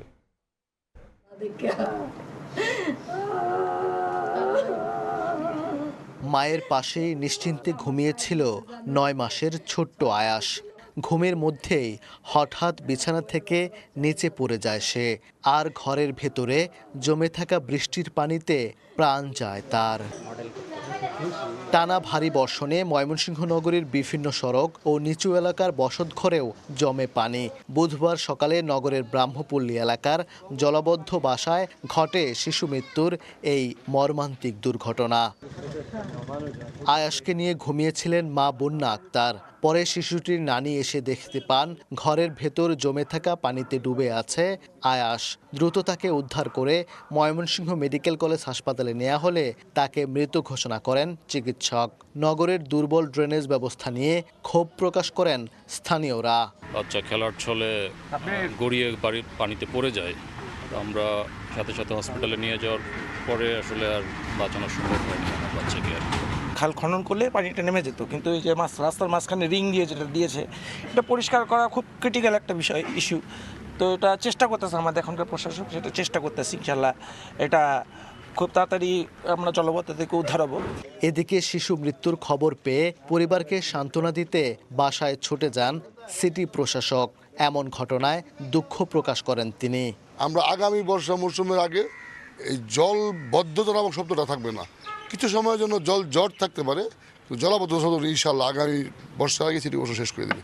আবির বন্যা দম্পতির একমাত্র ছেলে ছিল আজনান আমিন তালুকদার আয়াস। ওবায়দুল হক, সময় সংবাদ, ময়মনসিংহ। প্রধানমন্ত্রীর গাড়িবহর এলেই এক হাতে ধানের শীষ নিয়ে অপেক্ষা করা নিরাপত্তা প্রহরী আব্দুস সালাম পেলেন তারেক রহমানের উপহার। এই ঘটনায় রীতিমতো বিস্মিত সালাম। ব্যস্ত নগরীতে এত মানুষের ভিড়ে একজন নিরাপত্তা প্রহরীকে মনে রাখার আবেগ আপ্লুত তিনি। সালামের প্রত্যাশা, প্রধানমন্ত্রী তারেক রহমান হয়ে উঠবেন বাংলাদেশের প্রাণ। রাজধানীর রমনায় এটিএম বুথের নিরাপত্তা প্রহরী আব্দুস সালাম। প্রধানমন্ত্রীর গাড়িবহরের অপেক্ষায় প্রতিদিন এখানে দাঁড়িয়ে থাকেন তিনি। তার এক হাতে ধানের শীষ, অন্য হাতে সালাম দেয়ার ভঙ্গিমা, বুকে তার নীরব ভালোবাসা। ব্যস্ত এই নগরীতে তাকে মনে রাখার কথা নয় কারো, কিন্তু চলতি পথে তিনি নজর কেড়েছেন খোদ প্রধানমন্ত্রী তারেক রহমানের। বুধবার তাকে উপহার পাঠালেন প্রধানমন্ত্রী। অতিরিক্ত প্রেস সচিব আতিকুর রহমান এসে তার হাতে তুলে দেন উপহার। খোঁজ নেন শারীরিক অবস্থা ও পরিবারের। প্রধানমন্ত্রীর উপহার পেয়ে আবেগাপ্লুত আব্দুস সালাম বলেন, ছোটবেলা থেকেই ভালোবাসতেন শহীদ প্রেসিডেন্ট জিয়াউর রহমান ও প্রয়াত প্রধানমন্ত্রী বেগম খালেদা জিয়াকে। সেই শ্রদ্ধার রেশ থেকেই তারেক রহমানের প্রতি তার মমত্ব। দুজন পাঠাচ্ছে, আমার জন্য লুঙ্গি আর পাঞ্জাবি দিয়ে গেছে, ও এই জন্য অনেক খুশি, আমি মহা খুশি। প্রধানমন্ত্রী আমি এত ভালোবাসে আমি বাঁচতে পারি না কখনো, আমার কিছু চাপ নাই। আমি দল ভালোবাসি, ওনার প্রধানমন্ত্রীর মাকে ভালোবাসতাম, বাপকে ভালোবাসতাম, এখন ওনাকে ভালোবাসি। পাবনার নগরবাড়ি ঘাট এলাকার বাসিন্দা আব্দুস সালাম একসময় ছিলেন গাড়ি চালক। শারীরিক অসুস্থতায় সে পেশা ছেড়ে এখন নিরাপত্তা প্রহরী। তার প্রত্যাশা, প্রধানমন্ত্রী তারেক রহমান হয়ে উঠবেন বাংলাদেশের প্রাণ। সামদানি প্রত্যয়, সময় সংবাদ, ঢাকা। সংকটে থাকা ব্যাংকগুলোকে এখন পর্যন্ত ৭৬,০০০ কোটি টাকা তারল্য সহায়তা দিয়েছে বাংলাদেশ ব্যাংক। এতে স্বাভাবিক স্বস্তি ফিরল। দীর্ঘমেয়াদী আর্থিক শৃঙ্খলা নিশ্চিত না হওয়া, দুর্বল কর্পোরেট সুশাসন এবং ঝুঁকিপূর্ণ ঋণের মতো মৌলিক সমস্যাগুলোকে চ্যালেঞ্জ হিসেবে দেখছেন অর্থনীতিবিদরা। বাংলাদেশ ব্যাংক বলছে, খেলাপি ঋণ কমাতে পুনঃ তফসিল থেকে সম্পদ উদ্ধারে কঠোর নজরদারিতে রয়েছে ব্যাংকগুলো। আরও জানাচ্ছেন সেলিয়া সুলতানা। আওয়ামী আমলে ব্যাংকগুলোকে ১৭,২৫০ কোটি টাকা তারল্য সহায়তা দেওয়া হয়। অন্তর্বর্তীকালীন সরকারের সময় সহায়তা দেওয়া হয় ৫১,০০০ কোটি টাকা। সবশেষ ফেব্রুয়ারিতে ঈদে গ্রাহকদের টাকা তোলার চাপ কমাতে ১,০০০ কোটি টাকা জরুরি সহায়তা পায় ন্যাশনাল ব্যাংক। সম্প্রতি ইসলামী ব্যাংকে দেওয়া হয় ১৩,০০০ কোটি টাকা। এখন পর্যন্ত বিভিন্ন ব্যাংকে জরুরি তারল্য সহায়তা ৭৬,০০০ কোটি টাকার বেশি। এই তারল্য সহায়তা দিয়ে ব্যাংকগুলো গ্রাহকদের অর্থ উত্তোলনের চাপ সামাল দিতে, দৈনন্দিন লেনদেন চালু রাখতে এবং আন্তঃব্যাংক দায় পরিশোধে সক্ষম হয়েছে। অর্থনীতিবিদরা সতর্ক করে বলছেন, শুধুমাত্র তারল্য সহায়তা দিয়ে গ্রাহক চাপ সামাল দিলেও ব্যাংক খাতের দীর্ঘমেয়াদী সমস্যা সমাধান সম্ভব নয়। প্রায় ২০ থেকে ২২টা ব্যাংকে আপনার ক্যাপিটাল শর্টফল, তো ক্যাপিটাল শর্টফল যদি থাকে, আপনার যদি তারল্য সম্ভাবনা থাকে, আপনার তো ব্যাংক হিসেবে বেঁচে থাকার কোনো অধিকারই নেই। যেমন ডেভেলপ কান্ট্রিতে ওরা যে ব্যাংকিং সুপারভিশন করে, ওরা at the end of the day তারা দুইটা জিনিস দেখে, whether you are running capital shortfall এবং whether you are running liquidity shortfall. Liquidity shortfall, capital shortfall থাকলে তারা বন্ধ করে দেয়।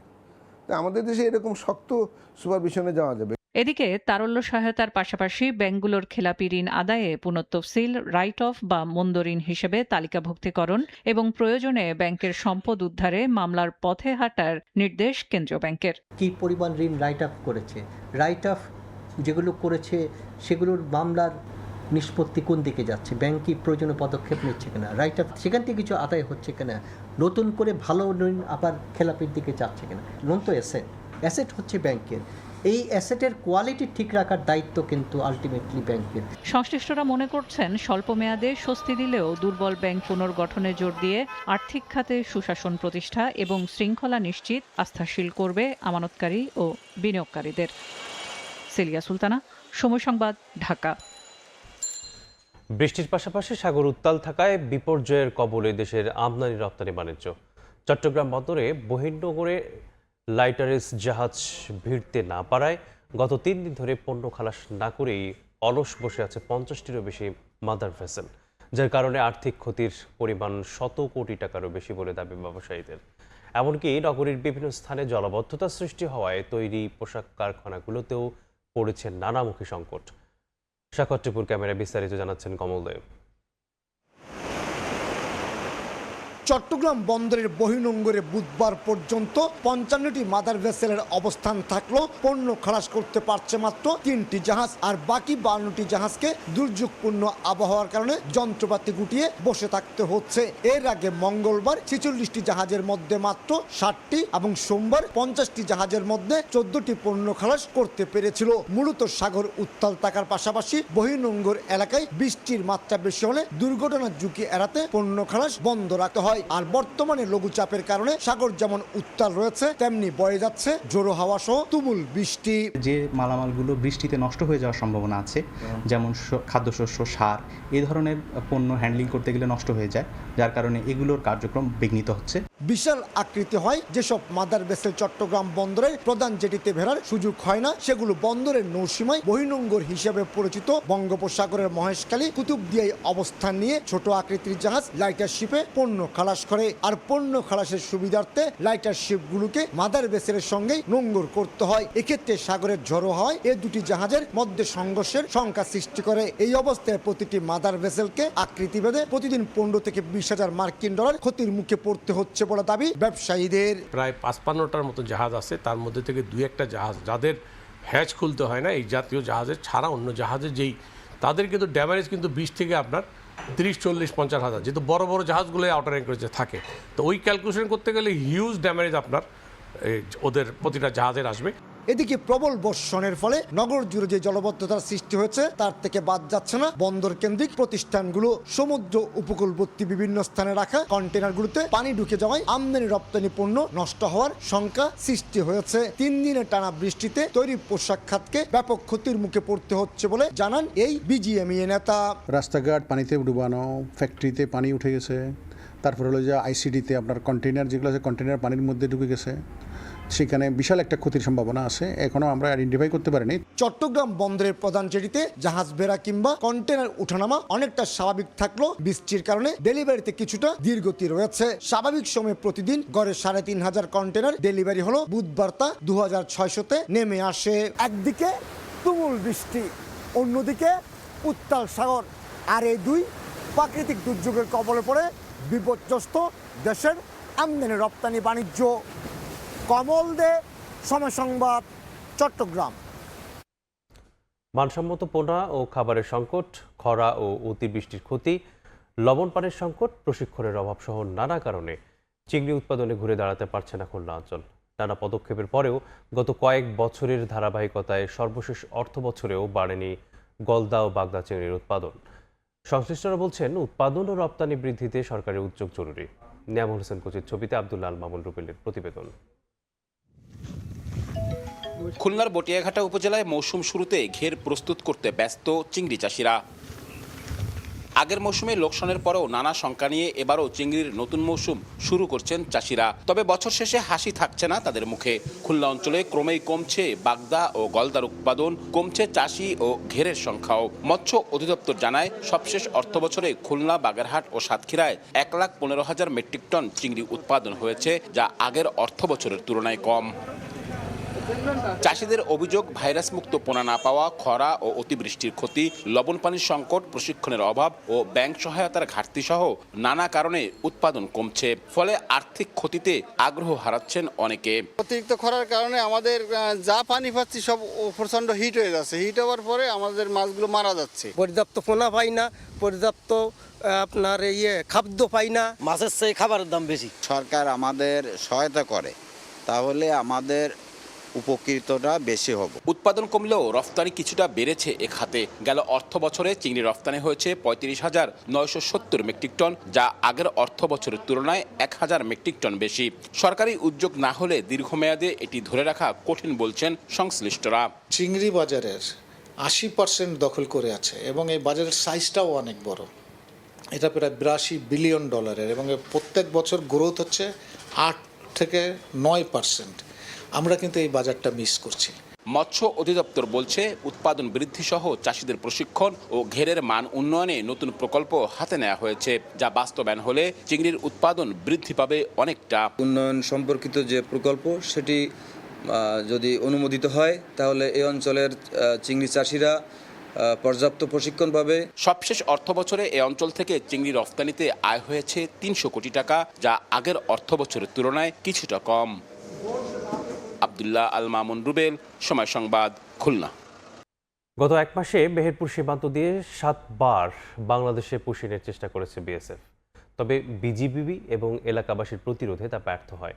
সীমান্ত সংলগ্ন ক্ষেত্রে পাটসহ উঁচু আকৃতির ফসল চাষের কারণে অবৈধ যাতায়াত বন্ধ করা যাচ্ছে না, এমনটি জানিয়েছে এলাকাবাসী। তবে উঁচু ফসল চাষে নিরুৎসাহিত করতে ব্যবস্থা নেওয়ার কথা জানায় বিজিবি।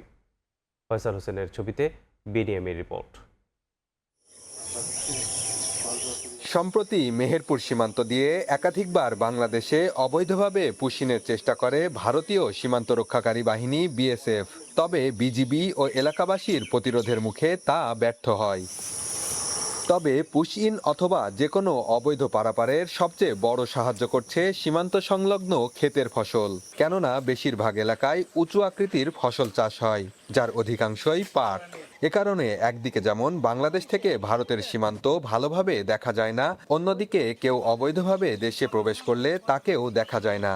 স্থানীয়রা বলছেন, বাংলাদেশ অংশে কম চাষ হলেও ভারত অংশে কোনো নিষেধাজ্ঞা না থাকায় বাড়ছে এ জটিলতা। ভারতের একচটিয়া পাট চাষ করার কারণে অত্যন্ত জঙ্গল হয়ে থাকে, এই জন্য সীমান্ত একটু ঝুঁকি থাকে। পাট না বুনে পটল করুক, ধান করুক, ছোট ক্ষেত করুক, কচু টচু করুক, এগুলো করলে আমাদের সুবিধা হবে, লোক দেখতে পাওয়া যাবে আসলে। সীমান্তবর্তী এলাকায় উঁচু ফসলের চাষ ঠেকাতে প্রণোদনা কার্যক্রম বৃদ্ধি করার পরিকল্পনার কথা বলছে কৃষি বিভাগ। বর্ডার এলাকায় যে সমস্ত কৃষক আছে তাদেরকে নিয়ে আলাদা করে গ্রুপ করে তাদেরকে আমরা উদ্বুদ্ধ করার কাজ করছি, যাতে তারা এই বর্ডার সীমানা এলাকায় 300 ফিটের মধ্যে 3 ফিটের অধিক কোনো ফসল আবাদ না করে। এদিকে উঁচু ফসল চাষে নিরুৎসাহিত করতে ব্যবস্থা নেওয়ার কথা জানায় বিজিবি। এই প্রবলেমটা সমাধান করার জন্য স্থানীয়দের যতভাবে উদ্বুদ্ধ করা যায় ওটা আমরা করব। মেহেরপুর জেলায় 103 কিলোমিটার সীমান্তে 19টি বিজিবি বিওপি রয়েছে। বিজিবির তথ্যমতে গত 1 মাসে জেলার সীমান্ত দিয়ে 43 জনকে মোট 7 বার অবৈধ অনুপ্রবেশে বাধা দিয়েছে বিজিবি। বেন ইয়ামিন, সময় সংবাদ, মেহেরপুর। সংরক্ষণের অভাবে হারাতে বসেছে খুলনার উপকূলীয় এলাকার বসবাসরত মুন্ডা সম্প্রদায়ের মাতৃভাষা। লিখিত বা পাঠ্যপুস্তকের অন্তর্ভুক্ত না থাকায় শিশুরা লিখতেও পারছেন না। ভাষা রক্ষায় আলাদা শিক্ষা ব্যবস্থা গ্রহণ সহ দ্রুত সংরক্ষণের উদ্যোগ না নিলে মুন্ডাদের নিজস্ব ভাষা বিলুপ্ত হয়ে যাওয়ায় শঙ্কা প্রকাশ করছে বিশেষজ্ঞরা। আব্দুল হালিমের ক্যামেরায় তানজিম আহমেদের রিপোর্ট। মায়ের ভাষা বিভিন্ন জনগোষ্ঠীর নিজস্ব সত্তার অবিচ্ছেদ্য অংশ। আদিবাসী বা ক্ষুদ্র নৃগোষ্ঠীরও রয়েছে স্বতন্ত্র ভাষা। তেমনি খুলনার উপকূলীয় এলাকায় বসবাসরত মুন্ডা জনগোষ্ঠীর ভাষা মুন্ডারি। তবে স্থানীয়দের কাছে কোনো লিখিত রূপ না থাকায় হারিয়ে গেছে বর্ণমালা। মুখে মুখে প্রচলিত কথ্য ভাষাও এখন বিলুপ্তির পথে। খুলনার কয়রা উপজেলার 3টি ইউনিয়নের কয়েকটি গ্রামে ক্ষুদ্র জাতিগোষ্ঠী মুন্ডা সম্প্রদায়ের হাজারখানেক মানুষের বাস। এসব এলাকার বাসিন্দারা বলছেন, সংরক্ষণের অভাবে হারাতে বসেছে তাদের মাতৃভাষা। অলিখিত এবং বিদ্যালয়ে সুযোগ না থাকায় শিশুরা শিখতেও পারছে না এ ভাষা। তাই ভাষা রক্ষায় সরকারি পৃষ্ঠপোষকতায় সংরক্ষণ সহ পাঠ্যপুস্তক প্রণয়নের দাবি তাদের। ভাষা সংরক্ষণের উদ্যোগ গ্রহণ জরুরি বলছেন মুন্ডারি শিশুদের হাতেখড়ি দেওয়া শিক্ষকরাও। আমাদের যে বাচ্চারা এরা কিন্তু বাংলা ভাষায় শিখতেছে, আমাদের ভাষাটা হারিয়ে যাচ্ছে। আমাদের ভাষা আছে কিন্তু ভাষা এখন পরিস্থিতি এটা ভুলেই গেছে সবাই। আমাদের ভাষায় কোনো বই নেই, আমরা লিখতেও পারি না, পড়তেও পারি না। আমাদের বাংলা ভাষা যাদের লিখিত আছে কখনো হারাচ্ছে না, কিন্তু এদের ভাষাটা আস্তে আস্তে হারিয়ে যাবে। এই ভাষা থাকবে না, একসময় বিলীন হয়ে যাবে। সম্প্রতি খুলনায় দুর্যোগপ্রবণ উপকূলীয় এলাকা পরিদর্শন করে সরকারের একটি প্রতিনিধি দল। এই সময় মুন্ডা সম্প্রদায় ভাষা রক্ষার দাবি জানান তাদের কাছেও। আমিও তাদের এই দাবিটা আমার নিজেরও দাবি, এবং কিভাবে এটাকে ফর্মুলেট করা যায় সেটা করার জন্য আমি ব্যক্তিগতভাবে কাজ করব। অস্ট্রো এশীয় ভাষার অন্তর্ভুক্ত মুন্ডারি ভাষাকে জাতিসংঘের শিক্ষা, বিজ্ঞান ও সংস্কৃতি সংস্থা ইউনেস্কো বিপন্ন তালিকাভুক্ত ভাষা হিসেবে চিহ্নিত করেছে। একটা কোনো হানিকে ভাষাও হেরায় যাতে আর হামনে জিনিসপত্র কোনো নি পাইলা। মুন্ডা সম্প্রদায়ের এই বাসিন্দারা বলছিলেন তাদের দুঃখের কথা। এমনকি তাদের সবচেয়ে বড় আফসোসের জায়গা, মাতৃ যে ভাষা তাদের ছিল সেই ভাষাটিও লিখিত না থাকার কারণে হারিয়ে যেতে বসেছে। মুন্ডা সম্প্রদায়ের দাবি, যে কোনো মূল্যে যেন রক্ষা করা হয় তাদের মায়ের ভাষা। খুলনার কয়রা থেকে তানজিম আহমেদ, সময় সংবাদ। 17 বছর না এসেও সরকারি বেতনের প্রায় অর্ধ কোটি টাকা তুলে নেওয়ার অভিযোগ উঠেছে নড়াইলের কালিয়া উপজেলার দত্ত মাধ্যমিক বিদ্যালয়ের এক শিক্ষকের বিরুদ্ধে।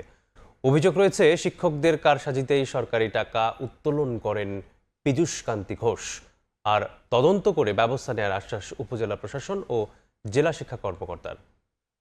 বধূ সরকারের ছবি আর সজীব রহমানের রিপোর্টে থাকছে বিস্তারিত।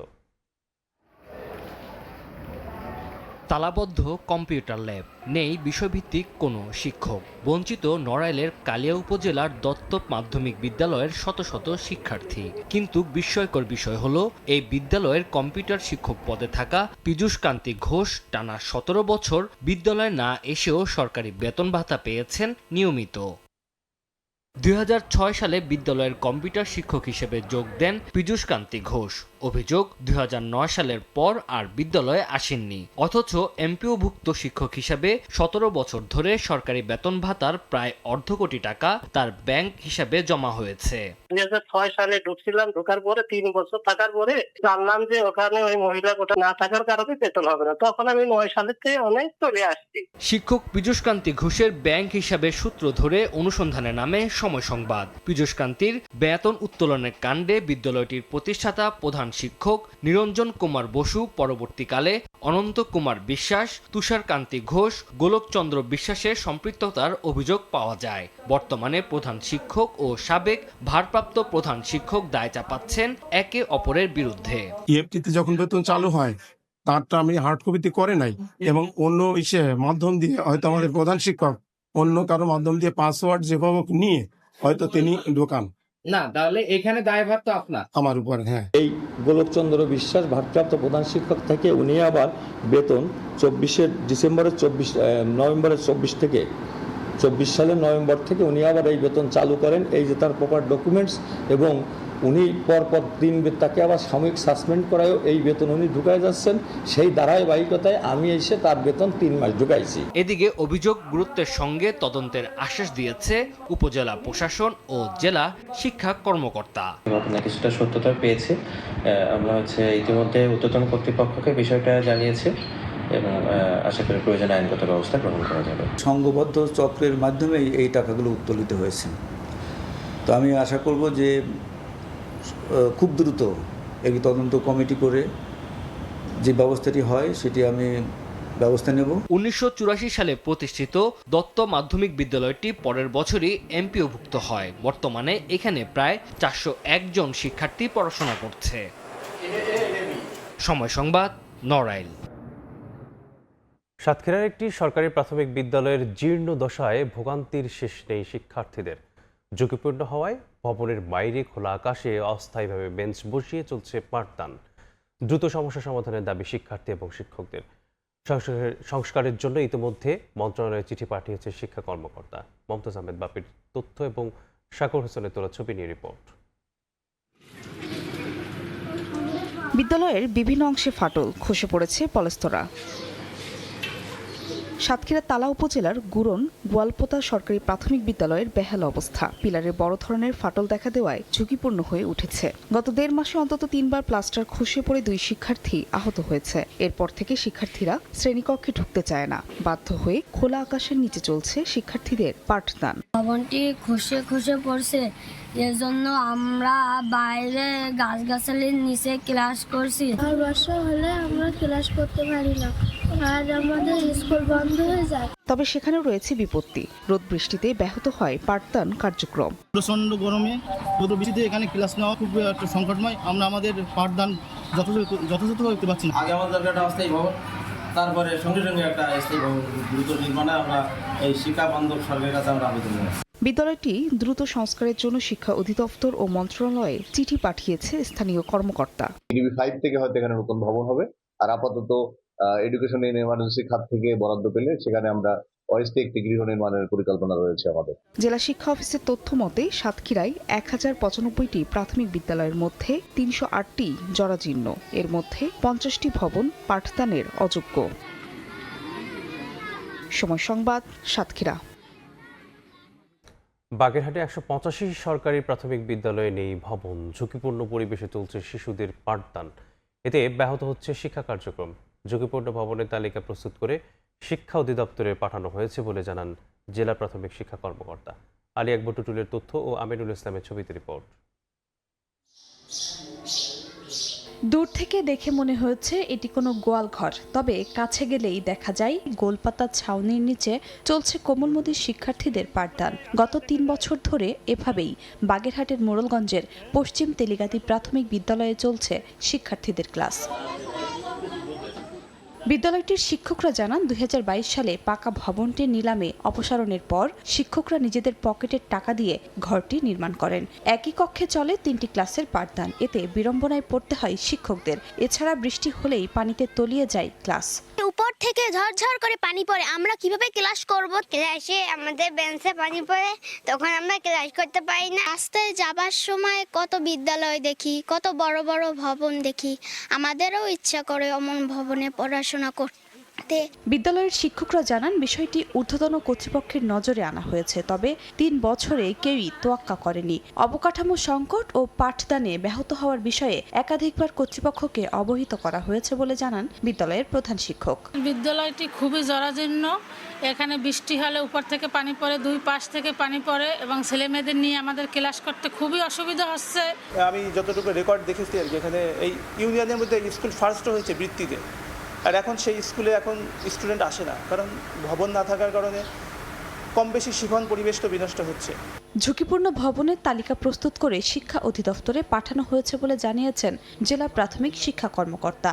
এই প্রস্তাবগুলো ইতিপূর্বে আমরা ঊর্ধ্বতন কর্তৃপক্ষ নিকট প্রেরণ করেছি, তো এগুলো আশা করি যে খুব শীঘ্রই হয়তো পর্যায়ক্রমে এটার অনুমোদন মিলবে। বাগেরহাটে 1162টি প্রাথমিক বিদ্যালয়ের মধ্যে 185টি বিদ্যালয়ই এমন ঝুঁকিপূর্ণ। সময় সংবাদ, বাগেরহাট। আইনি জটিলতায় 5.5 বছরেরও বেশি সময় ধরে নির্মাণ কাজ বন্ধ রয়েছে ঝিনাইদহ পৌর সুপার মার্কেটের। নির্মাণাধীন বেসমেন্টে জমে থাকা পানিতে চলছে মাছ চাষ, আর দীর্ঘদিন অব্যবহত থাকায় লোহার রডে ধরেছে মরিচা, নষ্ট হচ্ছে মূল্যবান নির্মাণ সামগ্রী। স্থানীয়রা বলছেন, মার্কেটের নির্মাণ কাজ শেষ হলে গতিশীল হবে জেলার অর্থনীতি। রামিম খানের ছবিতে লোটাস রহমানের রিপোর্ট। বন্ধ আছে ভবনের নির্মাণ কাজ, এরই মধ্যে বেসমেন্টে তৈরি হয়েছে জলাশয়। 2019 সালে ঝিনাইদহ শহরে শুরু হয় 6 তলা বিশিষ্ট পৌর সুপারমার্কেটের নির্মাণ কাজ। তবে আগে ওই স্থানে পার্ক থাকায় পরিবেশবাদী সংগঠন বেলা রিটের প্রেক্ষিতে ভবন নির্মাণের উপর নিষেধাজ্ঞা দেয় উচ্চ আদালত। এর ফলে 2020 সালের 6 সেপ্টেম্বরের পর থেকে বন্ধ রয়েছে নির্মাণ কাজ। এদিকে ভবনটিতে জলাশয় তৈরি হওয়ায় মাছ ছেড়েছেন অনেকে। খোলা আকাশের নিচে পড়ে থেকে নষ্ট হচ্ছে নির্মাণ সামগ্রী। স্থানীয়রা বলছেন, মার্কেটের নির্মাণ শেষ হলে গতিশীল হবে জেলার অর্থনীতি। দেয়াল তুলে দিয়েছে, এগুলো তো কোনো কাজে লাগছে না, ভিতরে পানি জমেছে, জমে মশা তৈরি হচ্ছে এখান থেকে। বহুত টাকা ওর মধ্যে তো পুঁতে পড়ে আছে, মানে 100 কোটি টাকা। আমরা চাচ্ছি যে এই মার্কেটটা পুনরায় কার্যক্রম চালু করা হোক। পৌর কর্তৃপক্ষ বলছে, বিষয়টি নতুন করে আদালতে উপস্থাপন করার জন্য আইনজীবীর সঙ্গে বৈঠক করে ব্যবস্থা নেওয়া হচ্ছে। মহামান্য হাইকোর্টে আমরা আইনগতভাবে এটা আবার উপস্থাপনের জন্য আমাদের প্রস্তুতি নেওয়া হচ্ছে। ইতিমধ্যে আমরা আমাদের আইনজীবীর সাথে কথা বলেছি। 67 শতক জমির উপর মার্কেটের নির্মাণ ব্যয় ধরা হয়েছে প্রায় 20 কোটি টাকা। লোটাস রহমান সোহাগ, সময় সংবাদ, ঝিনাইদহ। 4 দিন ধরে রাঙামাটিতে চলছে ভারী বর্ষণ, এতে দেখা দিয়েছে পাহাড় ধসের শঙ্কা। খোলা হয়েছে আশ্রয় কেন্দ্র। সেই খবর জানাতে শহরের সমতা ঘাট থেকে যুক্ত হচ্ছেন সহকর্মী হেফাজত সবুজ। সরাসরি যাচ্ছি তার কাছে। টানা 4 দিন ধরে আসলে রাঙামাটিতে চলছে ভারী বর্ষণ। ভারী বর্ষণের ফলে এখানে পাহাড় ধসের শঙ্কা দেখা দিয়েছে। বিশেষ করে ঝুঁকিতে যেসব এলাকা মানুষজন বসবাস করছে তাদেরকে সরিয়ে নিয়ে যেতে প্রশাসন তাদের তৎপরতা চালাচ্ছেন।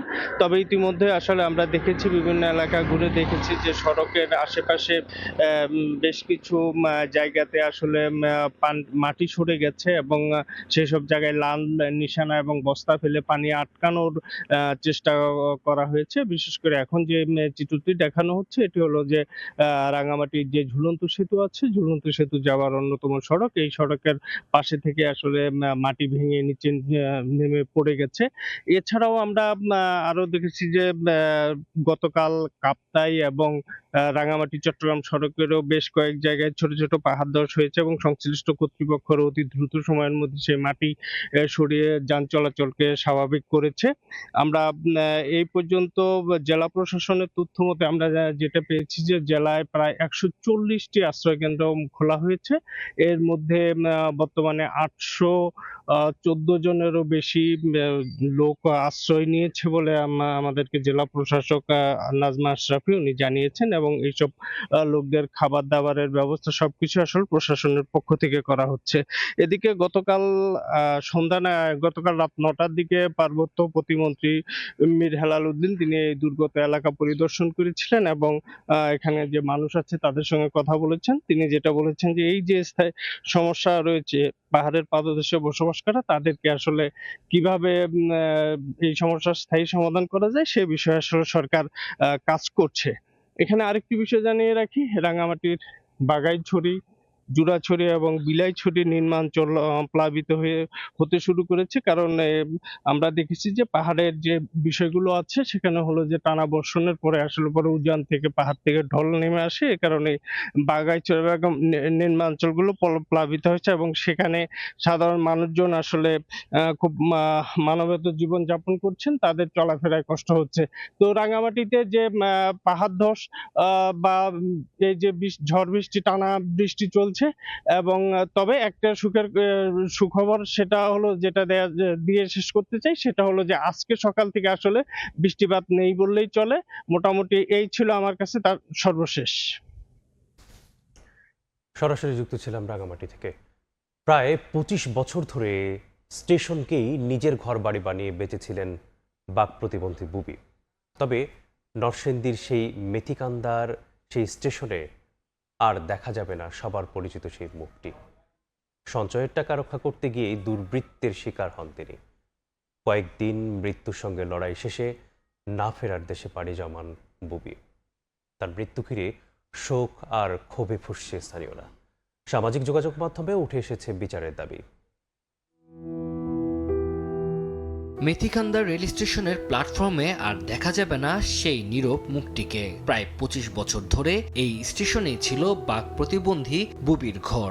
এই প্ল্যাটফর্মে ছিল তার পৃথিবী। শৌচাগার পরিষ্কার করা, প্ল্যাটফর্ম ঝাড়ু দেওয়া আর মানুষের দেয়া বকশিসে চলত জীবন। অল্প অল্প করে জমানো প্রায় 40,000 টাকায় হয়ে উঠেছিল তার শেষ সম্বল। গত শনিবার গভীর রাতে সেই সম্বলই কেড়ে নিতে তার কক্ষে ঢুকে পড়ে দুর্বৃত্তরা। টাকা দিতে অস্বীকৃতি জানালে চলে নির্মম নির্যাতন। গুরুতর আহত অবস্থায় উদ্ধার করে হাসপাতালে ভর্তি করা হয় তাকে। কয়েকদিন মৃত্যুর সঙ্গে লড়াই করে মঙ্গলবার দিবাগত রাতে নরসিংদী সদর হাসপাতালে নেয়ার পথে অ্যাম্বুলেন্সে শেষ নিঃশ্বাস ত্যাগ করেন তিনি। বুবির মৃত্যুর খবর ছড়িয়ে পড়তে এলাকায় নেমে আসে শোকের ছায়া। বিচারের দাবি সর্বস্তরের মানুষের পক্ষ থেকে। স্টেশনের মধ্যে যে পরিচ্ছন্নতা কর্মী ছিলেন বয়স্ক বৃদ্ধা, তার উপর অমানসিক নির্যাতন করে তার যে সঞ্চিত অর্থ লুট করে নিয়ে যায় কে বা কাহারা, এবং তার এই আঘাতের পরে তিনি গতকালকে রাত্রে মারা যান। আমরা তার আত্মার মাগফিরাত কামনা করছি। গলায় দাগ আছে, চোখের দুই পাশে দাগ আছে। তো এর মাধ্যমে বোঝা যায় যে ওনাকে দুষ্কৃতিকারীরা খুব ভালো নির্যাতন করেই ওনার টাকা পয়সা ছিনিয়ে নিয়ে গেছে। এই ঘটনার সাথে যারা জড়িত তদন্তের মাধ্যমে তাদেরকে বের করে দৃষ্টান্তমূলক শাস্তি দাবি করছে। আমরা তার বিধি আত্মার মাগফিরাত কামনা করছি। পাশাপাশি এই নির্মম নির্যাতনের পরে উনি নিহত হয়েছেন, তার বিচার দাবি করছি। জিআরপিজি আমার রেলওয়ে যে থানা বৈঠক আমার ওদেরকে ওসি সাহেব কালকে আসছিল, উনি এই বিষয়টা দেখছে এবং সরজমিনে এসে দেখছে কিভাবে উনি ব্যবস্থা নিতেছে। প্রশাসনের পক্ষ থেকে এই ঘটনায় মামলা করা হয়েছে। পুলিশ বলছে হামলার সঙ্গে জড়িতদের দ্রুত আইনের আওতায় আনতে অভিযান চলছে। মামলা নিয়েছি, সিবিআই, র্যাব, তারপর অন্যান্য বাহিনী সবাই মানবিকভাবে দৃষ্টিতে দেখতেছে সবাই, এবং শর্ট টাইমে ইনশাল্লাহ একটা রিপোর্টের রেজাল্ট আসবে। বুধবার রাত 10টায় নরসিংদীর মেথিকান্দা রেল স্টেশনে তার জানাজা অনুষ্ঠিত হয়। রেল স্টেশনের পাশে তাকে দাফন করা হয়েছে। সময় সংবাদ, নরসিংদী। ভোরের সময় ছিল আমার কাছে। পরবর্তী সংবাদগুলো জানাতে যুক্ত হবেন জিন্নাতারা যশোয়া। মেজবা, আপনাকে ধন্যবাদ। বাসাবাড়ি থেকে সংগ্রহ করা আবর্জনা ফেলা হচ্ছে সড়কের পাশে। এমন বর্জ্য অব্যবস্থাপনায় ভোগান্তিতে কুষ্টিয়া পৌরসভার বাসিন্দারা। দুর্গন্ধের পাশাপাশি ছড়াচ্ছে বিভিন্ন রোগ জীবাণু। এতে ক্ষুব্ধ পৌরবাসী। তবে শিগগিরই বর্জ্য ব্যবস্থাপনায় পরিবর্তন আনার আশ্বাস কর্তৃপক্ষের। বাবুল হোসেনের ছবিতে SM রাশেদের রিপোর্ট। দুর্গন্ধে অনেক সড়কে নাক ঢেকে চলতে হয় পথচারীদের।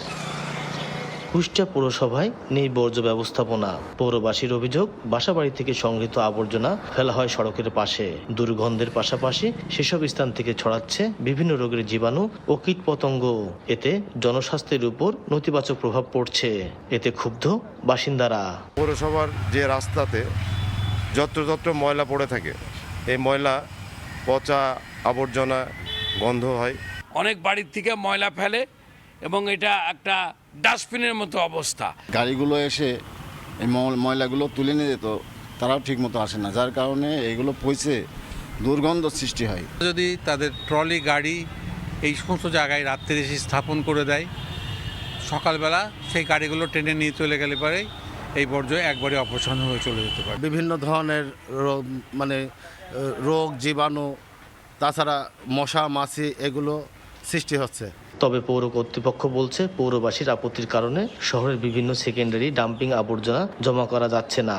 তবে শিগগিরই বর্জ্য ব্যবস্থাপনার পরিবর্তন আনার আশ্বাস সংশ্লিষ্ট কর্মকর্তার। এসটিএস না থাকার কারণে আমাদের ময়লাগুলো এখন পৌরসভা চত্বরের ভিতরে আমরা ফেলছি, পৌরসভা চত্বরের ভিতর ফেলি, সেখান থেকে এই ভাগাড়ে নিয়ে যাওয়া হচ্ছে।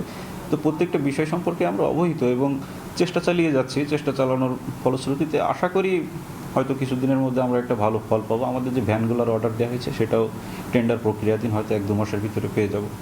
এই পেয়ে গেলে অবস্থার কিছুটা উন্নতি হবে বলে আশা করি। কর্তৃপক্ষের তথ্য মতে কুষ্টিয়া পৌরসভায় প্রতিদিন প্রায় 50 টন বর্জ্য ডাম্পিং করা হয়। এস.এম. রাশেদ, সময় সংবাদ, কুষ্টিয়া।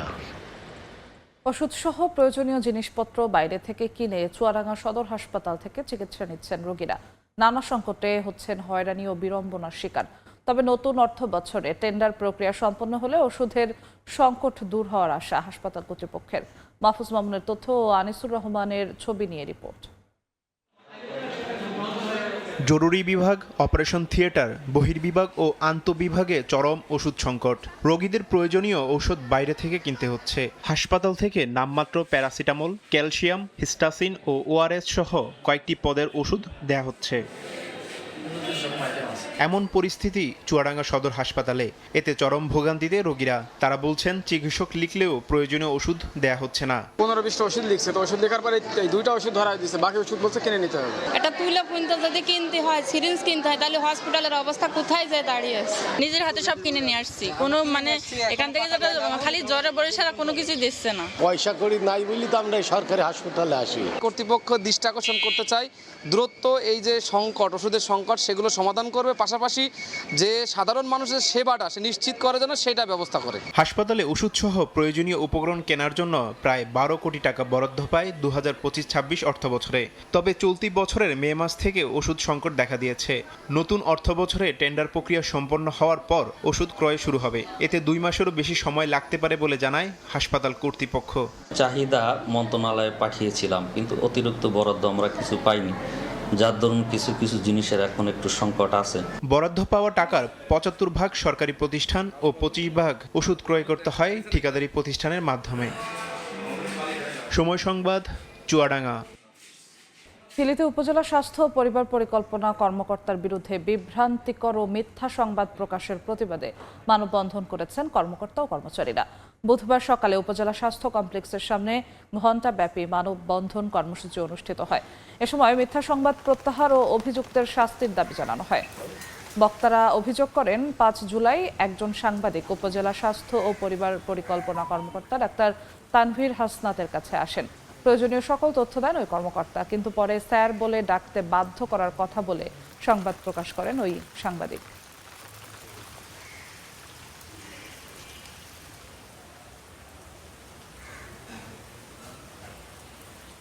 ভোরের সময় আরো থাকছে। ভারতের পশ্চিমবঙ্গে কিশোরী ধর্ষণ ও খুনের ঘটনায় উত্তেজনা। কলকাতায় তৃণমূল বিজেপি নেতাকর্মীদের হাতাহাতি, শান্তিপূর্ণ মিছিলে বাধার অভিযোগ মমতার। মেহেরপুরে গরু বোঝাই ভটভটি উল্টে গরু ব্যবসায়ী নিহত হয়েছেন। এ ঘটনায় আহত আরও 11 জন। বুধবার দুপুরে মেহেরপুর থেকে গরু বোঝাই ভটভটি আলমডাঙ্গা পশুহাটে যাচ্ছিল। রায়পুর বাজার এলাকায় পৌঁছালে একটি মোটরসাইকেলকে সাইড দিতে গিয়ে খাদে পড়ে উল্টে যায়। এ সময় গাড়ির নিচে চাপা পড়ে উজ্জ্বল নামে এক গরু ব্যবসায়ী মারা যান। আহতদের উদ্ধার করে প্রথমে গাংনী উপজেলা স্বাস্থ্য কমপ্লেক্সে ও পরে উন্নত চিকিৎসার জন্য কুষ্টিয়া মেডিকেলে নেওয়া হয়।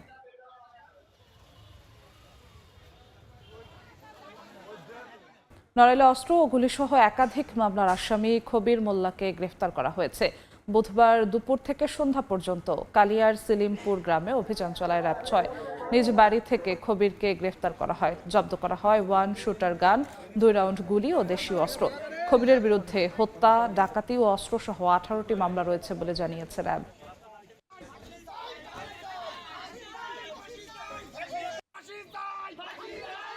খুলনায় অজ্ঞাত নারীর বস্তাবন্দি মরদেহ উদ্ধার করা হয়েছে।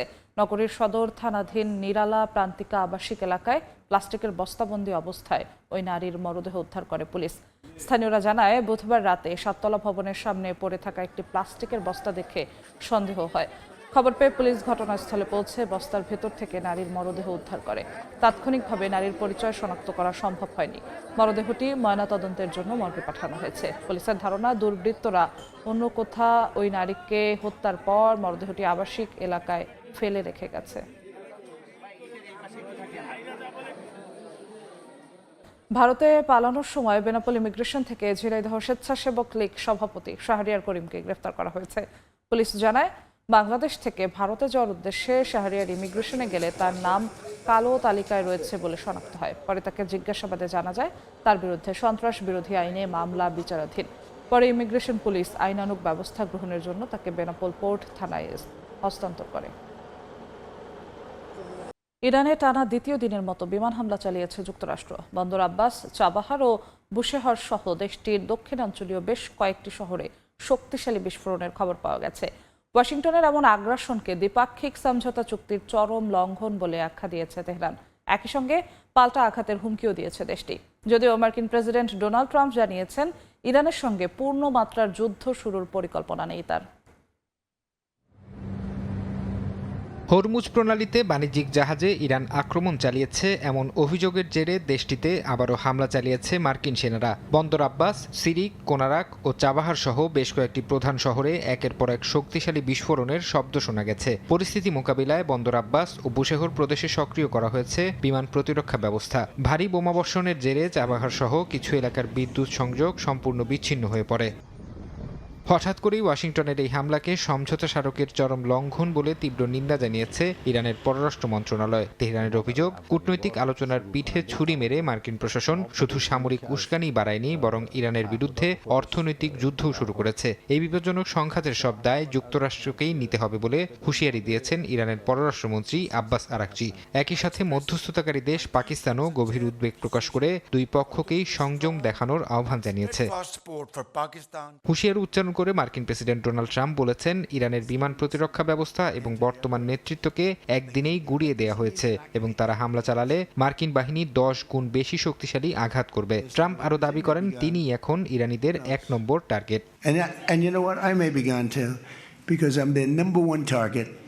It's out all over the place. I'm their number one because they're scum. That's the way they act, and that's the way they've done it for 47 years. এদিকে মার্কিন ভাইস প্রেসিডেন্ট জেডি ভ্যান্স সাফ জানিয়েছেন, Iran যদি Hormuz প্রণালী বন্ধের চেষ্টা করে তবে মার্কিন সামরিক বাহিনী আরও কঠোর জবাব দেবে। ফারহাদ চৌধুরী, সময় সংবাদ। ইরানের প্রয়াত সর্বোচ্চ নেতা আয়াতুল্লাহ আলী খামেনির শোকযাত্রাকে কেন্দ্র করে ইরাকের রাজপথে মানুষের ঢল নেমেছে। কারবালার পবিত্র মাটিতে লাখো মানুষের উপস্থিতির পাশাপাশি বৈরুতের শোক সভাতেও প্রতিধ্বনিত হয়েছে প্রতিরোধ অক্ষের হুঙ্কার। আগ্রাসনকারীদের বিরুদ্ধে লড়াই চালিয়ে যাওয়ার ঘোষণা দিয়েছেন হিজবুল্লাহ প্রধান নাইম কাসেম। আজ ইরানের মাশহাদ শহরে দাফন করা হবে খামেনিকে। ইরানে শুরু হওয়া রাষ্ট্রীয় শোকযাত্রার অংশ হিসেবে আয়াতুল্লাহ আলী খামেনির মরদেহ বহনকারী কফিন পৌঁছায় ইরাকের নাজাফ ও কারবালায়। বুধবার রাতে কারবালায় খামেনির কফিন নিয়ে যাওয়ার সময় ইরাকি ও ইরানি পতাকা হাতে ঢল নামে হাজারো মানুষের। সেখানে উপস্থিত জনতা খামেনিকে স্মরণ করেন যুক্তরাষ্ট্র ও ইসরায়েলের আগ্রাসনের বিরুদ্ধে লড়াই করা এক আপোষহীন নেতা হিসেবে। ইরাকের গণ্ডি পেরিয়ে খামেনি নিহতের শোকের আবহ ছড়িয়ে পড়েছে লেবাননেও। বৈরুতের দক্ষিণাঞ্চলীয় শহরতলিতে বিশাল জনতা সমবেত হয়ে প্রয়াত এই নেতার প্রতি গভীর শ্রদ্ধা নিবেদন করেন। এই শোক সমাবেশ চলাকালীন এক টেলিভিশন ভাষণে হিজবুল্লাহ প্রধান নাইম কাসেম সাফ জানিয়েছেন, ইরান যুক্তরাষ্ট্র সমঝোতার পথেই তারা অবিচল থাকবেন এবং প্রতিরোধ যুদ্ধ শেষ করার ইসরায়েলি পরিকল্পনা যে কোনো মূল্যে নস্যাৎ করা হবে। এদিকে বৃহস্পতিবার ইরানের অন্যতম পবিত্র ধর্মীয় নগরী মাশহাদে চূড়ান্ত জানাজা শেষে দাফন করা হবে খামেনিকে। ফারহাদ চৌধুরী, সময় সংবাদ। তুরস্কের আঙ্কারায় ন্যাটো শীর্ষ সম্মেলন থেকে ইউক্রেনের জন্য 70 বিলিয়ন ইউরো সামরিক সহায়তার ঘোষণা দেওয়া হয়েছে। কিয়েভকে প্যাট্রিয়ট ক্ষেপণাস্ত্র তৈরির লাইসেন্স দেওয়ার ঘোষণা দিয়েছেন ট্রাম্প। তবে ইউক্রেনকে সাহায্য ও শান্তি আলোচনার অগ্রগতির ইতিবাচক আবহের মধ্যেই ন্যাটোর উপর ক্ষোভ উগরে দিয়েছেন তিনি। গ্রিনল্যান্ড ইস্যুতে ডেনমার্কের ভূমিকা এবং ন্যাটোর প্রতিরক্ষা ব্যয়ের ভারসাম্য নিয়ে কঠোর হুঁশিয়ারি দিয়েছেন মার্কিন প্রেসিডেন্ট। তুরস্কে শেষ হয়েছে ন্যাটোর শীর্ষ সম্মেলন। শেষ দিন জোটের সদস্য দেশগুলো ইউক্রেনের স্বাধীনতা ও সার্বভৌমত্বের প্রতি তাদের অবিচল সমর্থনের কথা পুনর্ব্যক্ত করেছে। ইউক্রেনকে সামরিক সরঞ্জাম সহায়তা এবং সেনাদের প্রশিক্ষণের জন্য 70 বিলিয়ন ইউরো দেওয়ার যৌথ ঘোষণা দিয়েছে পশ্চিমা সামরিক জোটটি। সম্মেলনের ফাঁকে মার্কিন প্রেসিডেন্ট ডোনাল্ড ট্রাম্প ও ইউক্রেনের প্রেসিডেন্ট ভলোদিমির জেলেনস্কির মধ্যে দ্বিপাক্ষিক বৈঠক হয়েছে। বৈঠকে ট্রাম্প ইউক্রেনকে যুক্তরাষ্ট্রের তৈরি প্যাট্রিয়ট ক্ষেপণাস্ত্র ব্যবস্থার উৎপাদন লাইসেন্স দেওয়ার ঘোষণা দেন। ট্রাম্প বলেন, এই প্রতিরক্ষামূলক ক্ষেপণাস্ত্র এখন ইউক্রেন নিজেই তৈরি করতে পারবে। একই সাথে পুতিন ও জেলেনস্কি উভয়ের প্রশংসা করে ট্রাম্প দাবি করেন, গত কয়েক সপ্তাহে ইউক্রেন শান্তি চুক্তি নিয়ে বেশ অগ্রগতি হয়েছে। ইউক্রেন ইস্যুতে ইতিবাচক থাকলেও ন্যাটোর ওপর নিজের চরম অসন্তোষ প্রকাশ করেছেন ট্রাম্প। মার্কিন প্রেসিডেন্টের অভিযোগ, ইউরোপের সুরক্ষায় রাশিয়া ইস্যুতে যুক্তরাষ্ট্র আনুপাতিক হারের চেয়ে অনেক বেশি অর্থ ব্যয় করছে, যা অন্যায্য। সম্মেলনের মাঝেই ন্যাটোর অন্যতম সদস্য স্পেনের ওপরও ক্ষোভ উগরে দিয়ে বাণিজ্য বন্ধের হুমকি দিয়েছেন ট্রাম্প। যদিও স্পেনের প্রধানমন্ত্রী পেদ্রো সানচেজের কার্যালয় জানিয়েছে, তারা ট্রাম্পের এই বক্তব্যকে গুরুত্ব দিচ্ছে না। ট্রাম্পের এমন ক্ষোভের পরও ন্যাটোর মহাসচিব দাবি করেছেন, আঙ্কারা সম্মেলন জোটের মধ্যে এক নজিরবিহীন ঐক্যের বার্তা দিয়েছে। একই সাথে জোটের সামরিক প্রস্তুতি ও যুদ্ধ সক্ষমতা বাড়াতে ন্যাটোর জ্বালানি সরবরাহ চেইন আধুনিকায়নে 27 বিলিয়ন ইউরোর একটি ঐতিহাসিক বিনিয়োগের ঘোষণা দেন তিনি। ন্যাটো সম্মেলনের সাইডলাইনে সামরিক ও কৌশলগত সহযোগিতা জোরদারে একটি নতুন নিরাপত্তা ও প্রতিরক্ষা অংশীদারিত্ব চুক্তি সই করেছে যুক্তরাজ্য ও তুরস্ক। এর অধীনে সাইবার নিরাপত্তা, সন্ত্রাসবাদ মোকাবিলা, প্রতিরক্ষা প্রযুক্তি এবং মহাকাশ গবেষণার মতো গুরুত্বপূর্ণ রাজনৈতিক ও সামরিক ক্ষেত্রে দুই দেশের দ্বিপাক্ষিক আলোচনা ও সমন্বয় আরও গভীর হবে বলে আশা করা হচ্ছে। ফারহাদ চৌধুরী, সময় সংবাদ। যুক্তরাষ্ট্রের ফিলাডেলফিয়ায় অস্ত্রধারীদের গুলিতে মাহফুজুল হক নামে এক প্রবাসী বাংলাদেশি নিহত হয়েছেন। স্থানীয় সময় মঙ্গলবার রাতে খাবার ডেলিভারি দেওয়ার সময় মুখোশধারীরা তাকে লক্ষ্য করে গুলি চালায়। 43 বছর বয়সী মাহফুজুল হক নর্থ ইস্ট ফিলাডেলফিয়ার বাসিন্দা ছিলেন। আলশাম উইলো গ্রোভে কাজ করতেন তিনি। পুলিশ জানায়, সাউথ ইথান স্ট্রিটের একটি ব্লকে মাথার পেছনে গুলিবিদ্ধ অবস্থায় পড়েছিলেন মাহফুজুল। পরে উদ্ধার করে হাসপাতালে নেওয়া হলে চিকিৎসক তাকে মৃত ঘোষণা করেন। ঘটনাস্থল থেকে তার গাড়ি, ডেলিভারি ব্যাগ এবং গুলির দুটি খোসা উদ্ধার করা হয়। প্রাথমিক তদন্তে একে পরিকল্পিত হত্যাকাণ্ড বলে ধারণা করছে পুলিশ।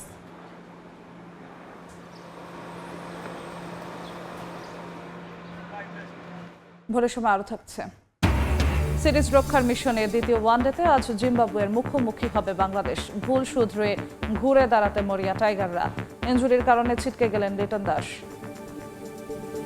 ভারতের পশ্চিমবঙ্গের বারুইপুরে কিশোরী ধর্ষণ ও খুনের ঘটনায় উত্তাল গোটা রাজ্য। পুলিশের গুলিতে মূল অভিযুক্ত নিহত হওয়ার ঘটনায় নতুন করে রাজনৈতিক বিতর্ক শুরু হয়েছে। এদিকে কলকাতায় তৃণমূলের প্রতিবাদ মিছিলে বিজেপি সমর্থকরা বাধা দিলে দুই পক্ষের মধ্যে হাতাহাতির ঘটনা ঘটে। বিজেপির বিরুদ্ধে শান্তিপূর্ণ মিছিলে বাধা দেওয়ার অভিযোগ তোলেন মমতা বন্দ্যোপাধ্যায়। বিস্তারিত জানাচ্ছেন সুব্রত আচার্য। কলকাতার অদূরে বারুইপুরে কিশোরী ধর্ষণ ও খুনের ঘটনায় কয়েকদিন ধরে উত্তপ্ত পশ্চিমবঙ্গ। ঘটনার প্রতিবাদে বুধবার দুপুরে বালিগঞ্জ থেকে মিছিল বের করার প্রস্তুতি নেয় তৃণমূলের যুব সংগঠন। তবে মিছিল শুরুর আগেই সেখানে স্থানীয় বিজেপি কর্মী সমর্থকরা জড়ো হয়ে তৃণমূল বিরোধী স্লোগান দিতে থাকেন। এক পর্যায়ে মিছিলে ডিম ছোড়া হলে পরিস্থিতি উত্তপ্ত হয়ে ওঠে। শুরু হয় হাতাহাতি, আহত হন বেশ কয়েকজন। সংঘর্ষের খবর পেয়ে নিজেই রাস্তায় নেমে পড়েন তৃণমূল নেত্রী মমতা বন্দ্যোপাধ্যায়। বিশৃঙ্খল পরিস্থিতি দেখে দলীয় সমর্থকদের দিকে তেড়ে যান, কয়েকজনের গায়ে হাতও তোলেন। পরে তিনি শান্তিপূর্ণ মিছিলে বাধা দেওয়ার অভিযোগে বিজেপির তীব্র সমালোচনা করেন। আপনারা কোর্টের আইনও মানছেন না, তার মানে কি মানুষ বিচার পাবে না? তার মানে কি মানুষ তার গণতান্ত্রিক অধিকার পাবে না?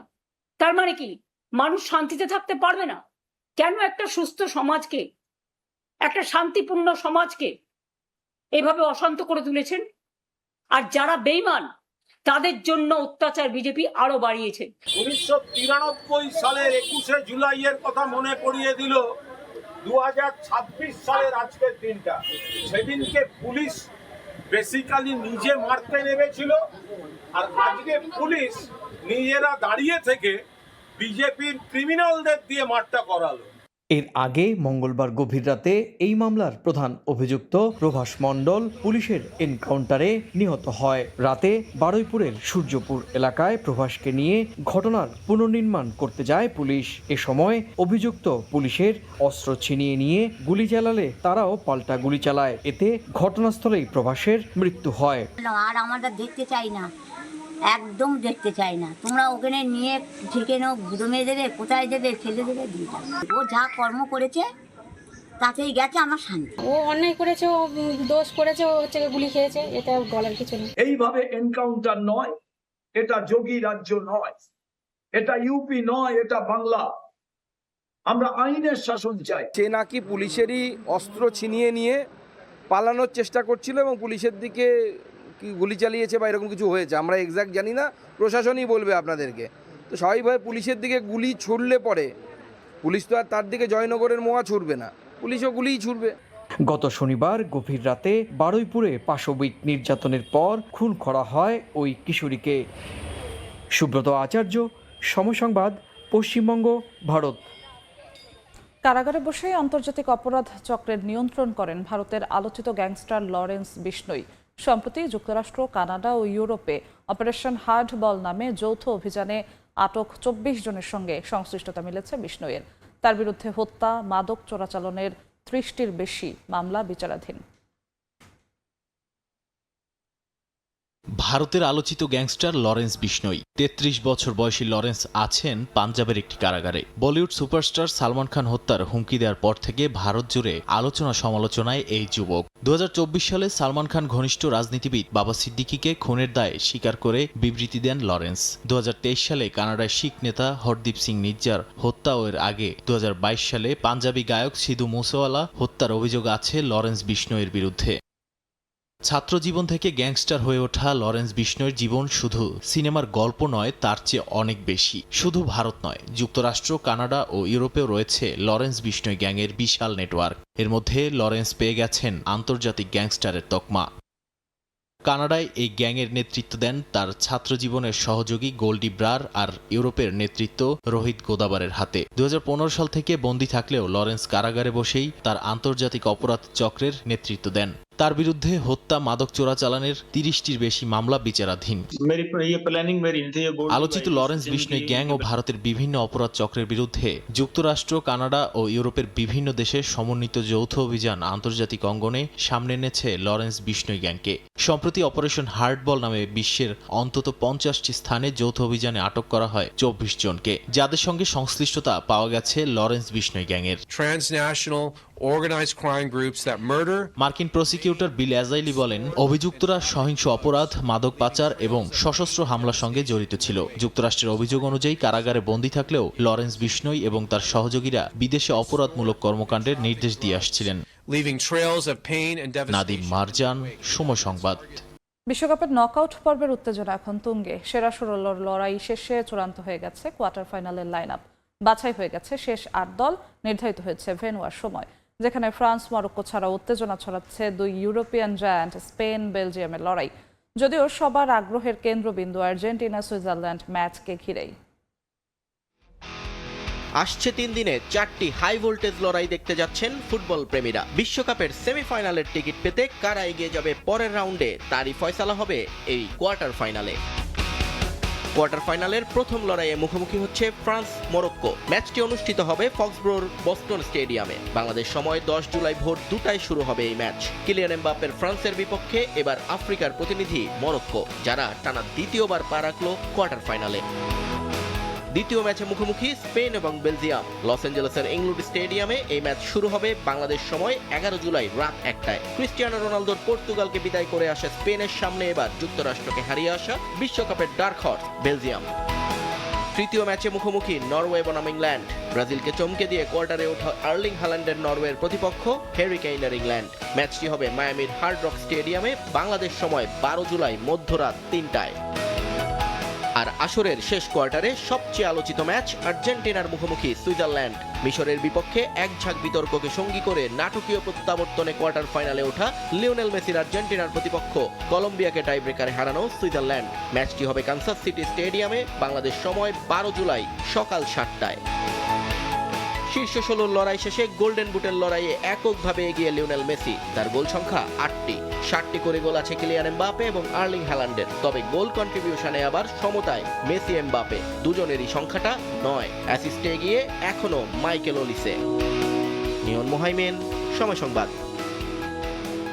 কাতার বিশ্বকাপের তুলনায় মরক্কো এখন অনেক শক্তিশালী। তাদের বিপক্ষে কোয়ার্টার ফাইনাল জেতা চ্যালেঞ্জিং হবে বলে মনে করেন ফরাসি স্ট্রাইকার ফিলিপ মাতেতা।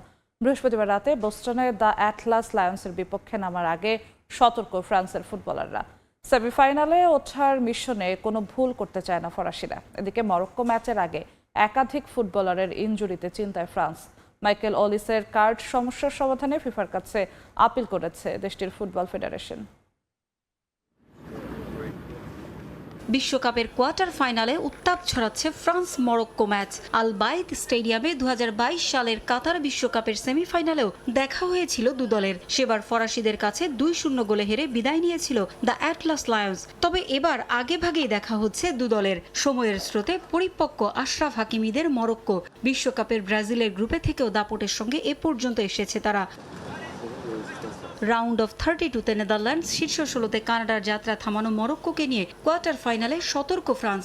আফ্রিকার পরাশক্তিদের বিপক্ষে ম্যাচের আগে ইনজুরি ও কার্ড সমস্যায় চিন্তায় রাতের ঘুম হারাম ফরাসিদের। স্বস্তির খবর বলতে শুধু মার্কাস থুরামের অনুশীলনে ফেরা। অ্যাবডাক্টারের চোটে ভোগা অরেলিয়া চুয়ামেরি এখনও আছেন চিকিৎসকদের পর্যবেক্ষণে। মাইকেল ওলিসের হলুদ কার্ডের সমস্যার সমাধানে ফিফার কাছে আপিল করেছে 2018 সালের চ্যাম্পিয়নরা।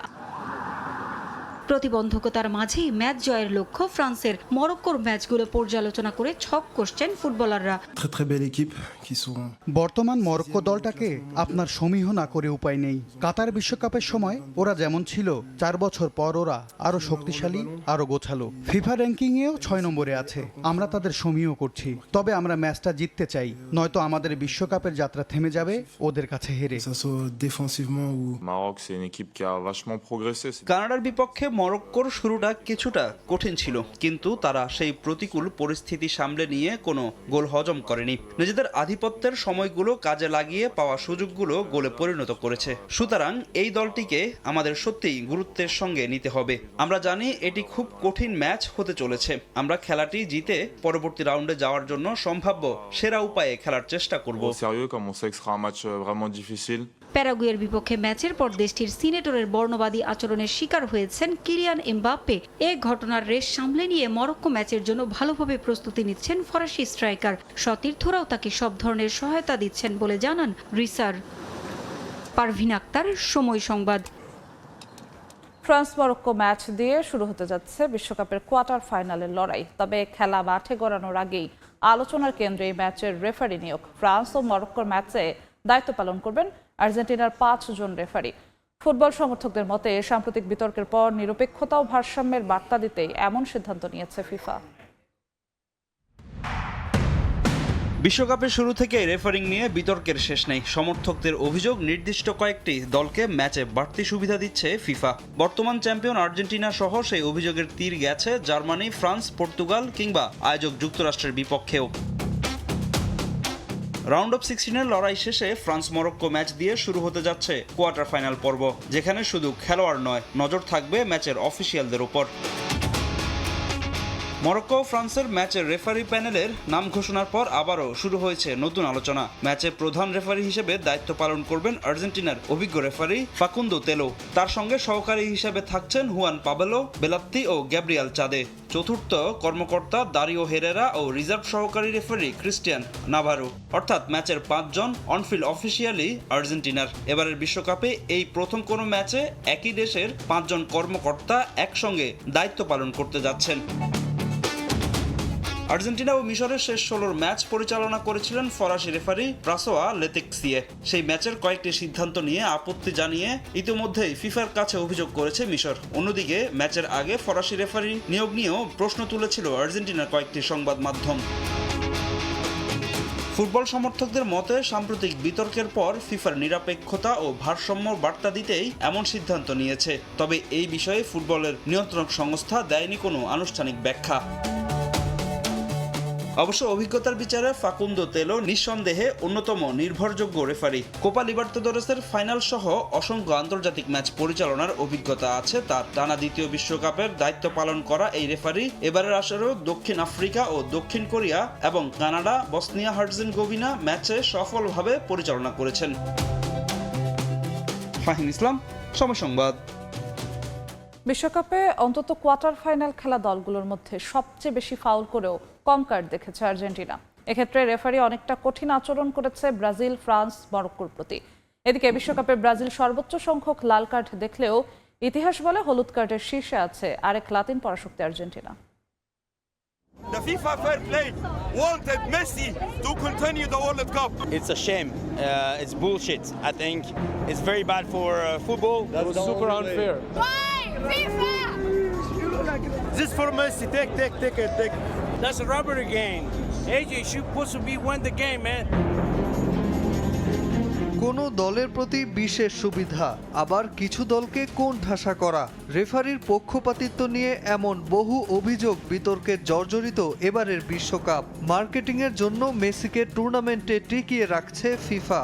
আর্জেন্টিনা মিশর ম্যাচের পর এমন অভিযোগ করেছেন অনেক ফুটবল বোদ্ধা, সয়লাভ সামাজিক মাধ্যম। তবে ইতিহাস কি বলে? সত্যি কি আর্জেন্টিনা ফিফার সুবিধাভোগী দল? বিশ্বকাপের ইতিহাসে দ্বিতীয় সর্বোচ্চ কার্ড দেখা কলঙ্কিত ম্যাচ ছিল আর্জেন্টিনা বনাম নেদারল্যান্ডসের ম্যাচ। 2022 বিশ্বকাপের কোয়ার্টার ফাইনালের ম্যাচটিতে 19টি কার্ডের 10টি দেখানো হয়েছিল আর্জেন্টিনার খেলোয়াড়দের। বাদ যাননি কোচ লিওনেল স্ক্যালোনিও। আর বিশ্বকাপের সবচেয়ে বেশি ফাউল ছিল 2006-এর পর্তুগাল বনাম নেদারল্যান্ডসের ম্যাচ, যেখানে রেফারি কার্ড দেখিয়েছিলেন 20টি। ইতিহাস বলে বিশ্বকাপে কোয়ার্টার ফাইনাল খেলা দলগুলোর মধ্যে সবচেয়ে ভদ্রবেশী দল আর্জেন্টিনা। সবচেয়ে বেশি ফাউল করলেও রেফারি আলবি সেলেস্তেদের কার্ড দেখিয়েছেন একেবারেই কম।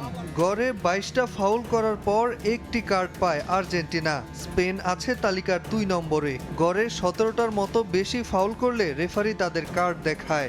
এরপর একে একে আছে Norway, France, Brazil, Switzerland, Belgium ও মরক্কো। আর তালিকার তলানিতে ইংল্যান্ড, যারা ফাউল করলেই ধরিয়ে দেওয়া হয় কার্ড। এ কারণেই বিশ্বকাপের ইতিহাসে সবচেয়ে বেশিবার লাল কার্ড দেখেছে ব্রাজিল। এ পর্যন্ত 11টি কার্ড দেখে তালিকায় সবার ওপরে 5 বারের বিশ্ব চ্যাম্পিয়নরা। তাদের ঘাড়ে নিঃশ্বাস ফেলছে আর্জেন্টিনা ও ক্যামেরুন। 9টি করে কার্ড নিয়ে যৌথভাবে তালিকার দ্বিতীয় স্থানে। 8টি করে লাল কার্ড নিয়ে পেছনে আছে নেদারল্যান্ডস, ইতালি ও উরুগুয়ে। এরপর আছে জার্মানি, মেক্সিকো, ফ্রান্স ও পর্তুগাল। আর হলুদ কার্ড পাওয়া দেশগুলোর মধ্যে অন্যতম Argentina, Brazil, Germany, Netherlands, Italy ও মেক্সিকো। নাজমুল হাসান পুলক, সময় সংবাদ। দুর্দান্ত কামব্যাকে ইজিপ্টকে হারিয়ে বিশ্বকাপের কোয়ার্টার ফাইনালে আর্জেন্টিনা পা রাখলেও গণমাধ্যম সয়লাভ নেতিবাচক মন্তব্যে। অনেকেরই দাবি রেফারিংয়ের সুবিধা নিয়ে এই জয় পেয়েছে আর্জেন্টিনা। বিশেষ করে ইজিপ্টের একটি গোল বাতিল এবং ডিবক্সের মাঝে মোহাম্মদ সালার ফাউল উপেক্ষা করা নিয়ে চলছে সমালোচনা। যদিও ফিফা নিয়ম বলছে রেফারি যে সিদ্ধান্তগুলো দিয়েছে তা ছিল যৌক্তিক। আটলান্টা থেকে এস এম ইকবালের রিপোর্ট। অসম্ভবকে সম্ভব করে বিশ্বকাপের কোয়ার্টার ফাইনালে আর্জেন্টিনা। তবে আর্জেন্টিনার ইজিপ্টের বিপক্ষে এই জয় নিয়ে যতটা না প্রশংসা হচ্ছে, তার চেয়ে বেশি সমালোচনা চলছে সোশ্যাল মিডিয়ায়। প্রশ্ন তোলা হয়েছে, আর্জেন্টিনা কি নিজ যোগ্যতায় কোয়ার্টার ফাইনালে পা রেখেছে, নাকি ফিফা অর্থাৎ রেফারি আর্জেন্টিনাকে সহায়তা করেছে। সোশ্যাল মিডিয়ায় মূলত যেই আলোচনাটা চলছে সেটা দুটো বিষয় নিয়ে। প্রথমটি হচ্ছে মোস্তফা জিকো তার গোল বাতিল, এবং দ্বিতীয়টি হচ্ছে কুতি রোমেরো মো সালাকে ফাউল করেছিলেন, রেফারি কেন মিশরকে ফাউল দিল না। এবার হচ্ছে আসলে ব্যাখ্যায় যায়। মোস্তফা জিকো দুর্দান্ত এক গোল করে মিশরকে 2-0 ব্যবধানে এগিয়ে দেন, কিন্তু কিছুক্ষণ পরই দেখা যায় রেফারি ভিএআর সিদ্ধান্তে যায় এবং সেই সিদ্ধান্তে গোলটি বাতিল হয়। এর পেছনে স্পষ্ট ব্যাখ্যা রয়েছে, যে ব্যাখ্যাটি হচ্ছে মিশর আর্জেন্টিনার দিকে বলটা নিয়ে আসে, তখন সেখানে স্পষ্ট দেখা যায় লিসান্দ্রো মার্তিনেজের সঙ্গে মারুয়ান আইতা তার একটা ডুয়েল ক্ল্যাশ চলছিল, এবং সেই ক্ল্যাশের এক পর্যায়ে মারুয়ান লিসান্দ্রো মার্তিনেজের পায়ের পাতায় বুট দিয়ে আঘাত করেন, তো সেটা রেফারিং এ একেবারে স্পষ্ট ভাষায় বলতে গেলে অবৈধ। পরবর্তীতে VAR চেক করে দেখেন যে এটা সত্যিকার অর্থেই ফাউল ছিল, যার কারণে মোস্তফা জিকোর যে গোলটি সেটি বাতিল করা হয়। এবার আসি দ্বিতীয় প্রসঙ্গে। আর্জেন্টিনা ডি বক্সে দেখা যায় কুতি রোমেরো মো সালাহকে ফাউল করেন। এখন প্রশ্ন হচ্ছে, আগেরটা যদি ফাউল হয় তাহলে এটা কেন ফাউল না? এইখানেও ফিফার স্পষ্ট একটা ব্যাখ্যা রয়েছে, যে ব্যাখ্যাটি হচ্ছে কুতি রোমেরো বা মো সালাহ যখন একে অপরের সঙ্গে বল নিয়ে কারাকারি করছিলেন, তখন বলে যে ফার্স্ট টাচ সেটা কুতি রোমেরো মো সালাহর এগেইনস্টে দেন এবং ডুয়েল উইনে মো সালাহকে হারিয়ে কুতি রোমেরো কিন্তু বলটি নিয়ে নেন। বল যখন লুজ করে ফেলেন মো সালাহ, পরবর্তীতে অসাবধানতাবশত মো সালাহর পায়ে গিয়ে লাগে কুতি রোমেরোর পা, যেটি আসলে ফিফার যে আইন সেটা স্পষ্টত অবৈধ না। সুতরাং যে দুটো ঘটনাকে সামনে আনা হচ্ছে এটি আদতে ঠিক না, এবং স্ক্যালোনির ট্যাকটিক্সে যে ঘাটতিগুলো লক্ষ্য করা গেছে সেটি যদি অব্যাহত থাকে তাহলে হয়তোবা আর্জেন্টিনার বিশ্বকাপ যাত্রাটা আর খুব একটা লম্বা হবে না। আটলান্টা স্টেডিয়াম থেকে SM ইকবাল, সময় সংবাদ, যুক্তরাষ্ট্র। আর্জেন্টিনা মিশর ম্যাচে ফিফার আইনের মধ্যে থেকেই রেফারি সব সিদ্ধান্ত নিয়েছেন বলে মনে করেন ফিফার সাবেক রেফারি এবং বাফুফের প্রধান রেফারি আজাদ রহমান। একই রকম সিদ্ধান্ত বিশ্বকাপের বেশ কয়েকটি ম্যাচে এসেছে, তাই এসব নিয়ে বিতর্ক না করে বাংলাদেশের ফুটবল প্রেমীদের খেলা উপভোগ করার আহ্বান জানিয়েছেন এই ফিফা রেফারি। উত্তেজনায় ঠাসা আর শ্বাসরুদ্ধকর মুহূর্ত। খেলোয়াড়দের অবৈধ ট্যাকেল নাকি রেফারির আইনসিদ্ধ সিদ্ধান্ত, এমন বিতর্ক আর প্রশ্নে বহুদিন ফুটবল প্রেমীদের মনে শিহরণ জাগাবে আর্জেন্টিনা মিশরের ম্যাচ।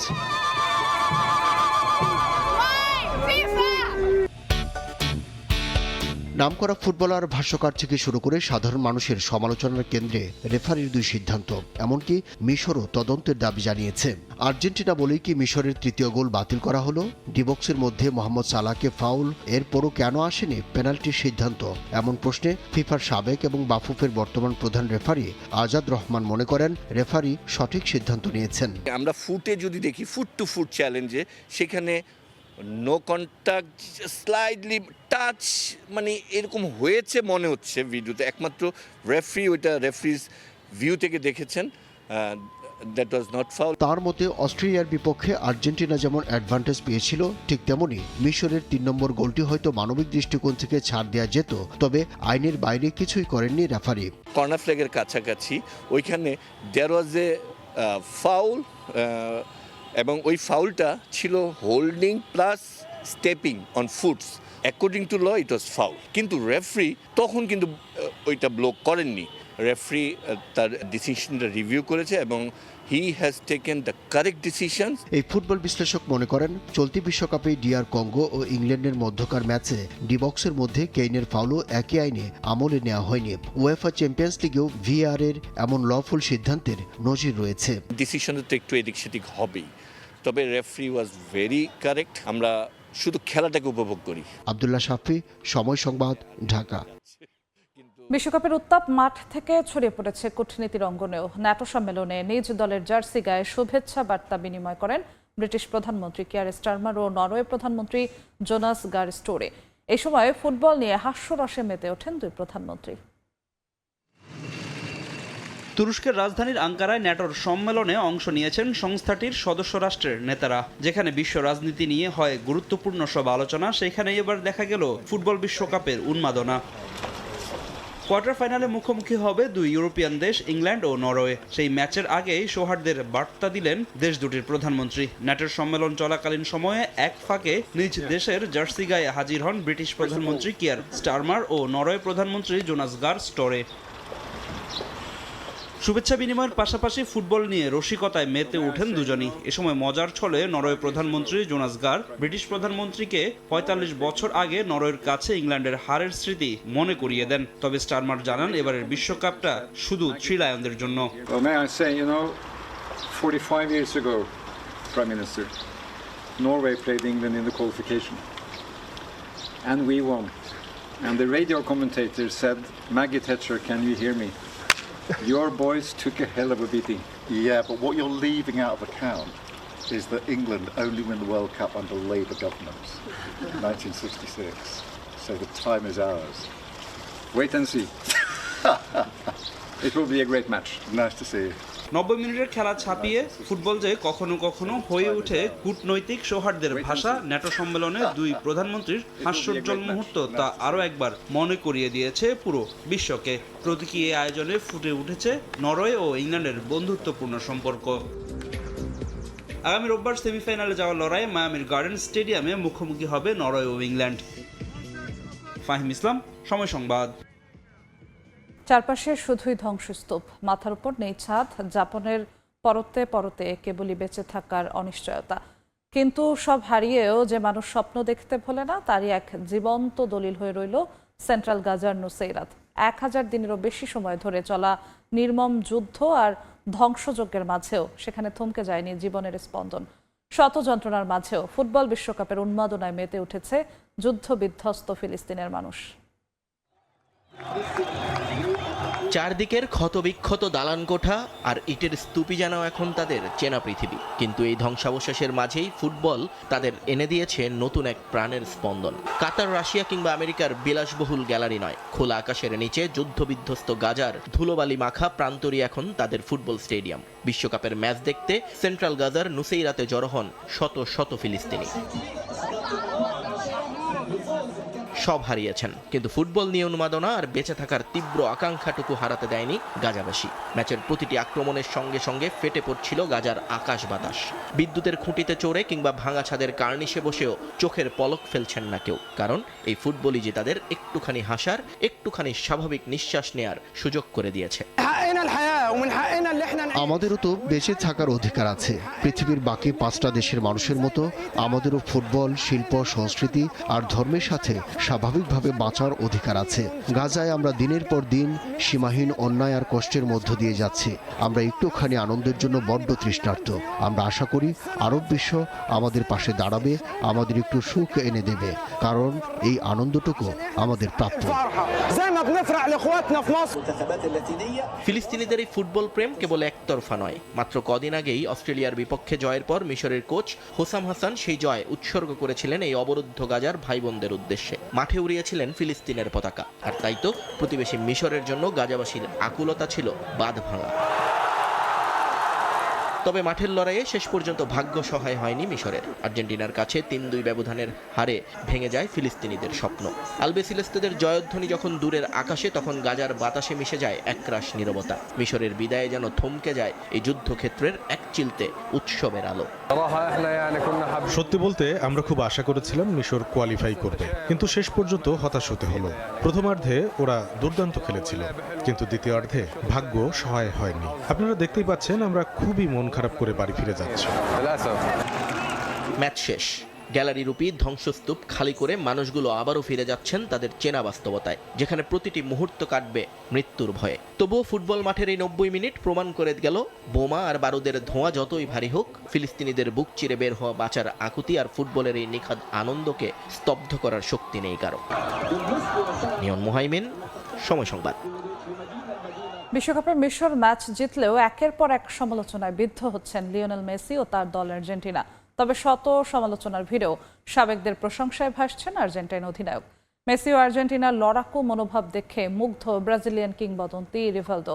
তার কাছ থেকে নতুন প্রজন্মের অনেক কিছু শেখার রয়েছে বলে মনে করেন তিনি। এ বয়সেও মেসির জয়ের ক্ষুধাও দলে একতাবদ্ধ মানসিকতার প্রশংসা করেছেন সুইডিশ কিংবদন্তি জলাতান ইব্রাহিমোভিচ। মার্সিডিজ বেঞ্চ অ্যারেনায় মিশরকে হারিয়ে কোয়ার্টার ফাইনাল নিশ্চিতের পর থেকে মিশ্র অভিজ্ঞতার সম্মুখীন হচ্ছেন মেসিরা। কেউ মিশরের পক্ষ নিয়ে আর্জেন্টিনাকে ধুয়ে দিচ্ছেন, কেউ আবার প্রশংসায় ভাসাচ্ছেন। ব্রাজিল ও আর্জেন্টিনা ফুটবল দুনিয়ায় দুই চিরপ্রতিদ্বন্দ্বী হলেও মেসিদের এমন সাফল্যের পর হৃদয় উজাড় করা ভালোবাসায় সিক্ত করেছেন ব্রাজিলের বিশ্বকাপ জয়ী ফুটবলার রিভালদো। মেসি ও আর্জেন্টিনার লড়াকু মনোভাব দেখে মুগ্ধ তিনি। 39 বছর বয়সে নিজের ষষ্ঠ বিশ্বকাপ খেলছে। এখনও আর্জেন্টিনার জার্সির প্রতি তার আবেগ একই রকম রয়েছে। সে উদযাপন করছে, প্রয়োজনে লড়াই করছে। পেনাল্টিতে গোল করতে ব্যর্থ হলে অপরাধ বোধে কাঁদছে, আবার সে আক্ষেপ ঘোচাতে নিজেকে উজাড় করে দিচ্ছে। দলের সবার মাঝে ঐক্যের বন্ধন তার কারণেই শক্ত হয়েছে। সে এক কথায় অসাধারণ। তার মতো ফুটবলার খুঁজে পাওয়া কঠিন। মেসির কাছ থেকে নতুন প্রজন্মের অনেক কিছু শেখার আছে বলে মনে করেন সুইডিশ কিংবদন্তি জলাতান ইব্রাহিমোভিচ।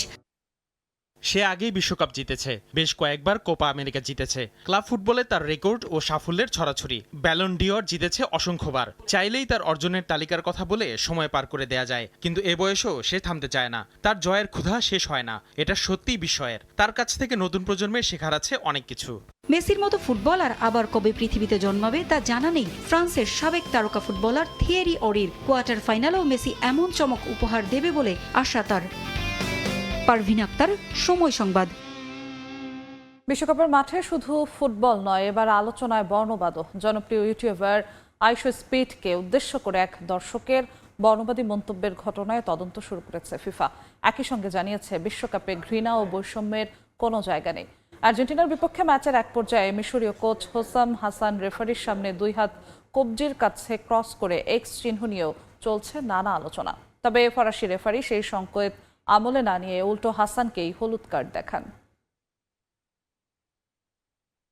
বিশ্বকাপে কেপ ভার্দের বিপক্ষে আর্জেন্টিনার শেষ 16 ম্যাচ চলাকালে লাইভ স্ট্রিম করছিলেন জনপ্রিয় কন্টেন্ট ক্রিয়েটর আইশো স্পিড। তার আসল নাম ড্যারেন ওয়াটকিনসন জুনিয়র। সে সময় গ্যালারি থেকে এক সমর্থক তাকে স্প্যানিশ ভাষায় বলেন, গো ক্রাই টু দ্য জু, যার বাংলা অর্থ দাঁড়ায় চিড়িয়াখানায় গিয়ে কাঁদো। এ মন্তব্যকে বর্ণবাদী বলে আখ্যা দিয়েছেন অনেকেই।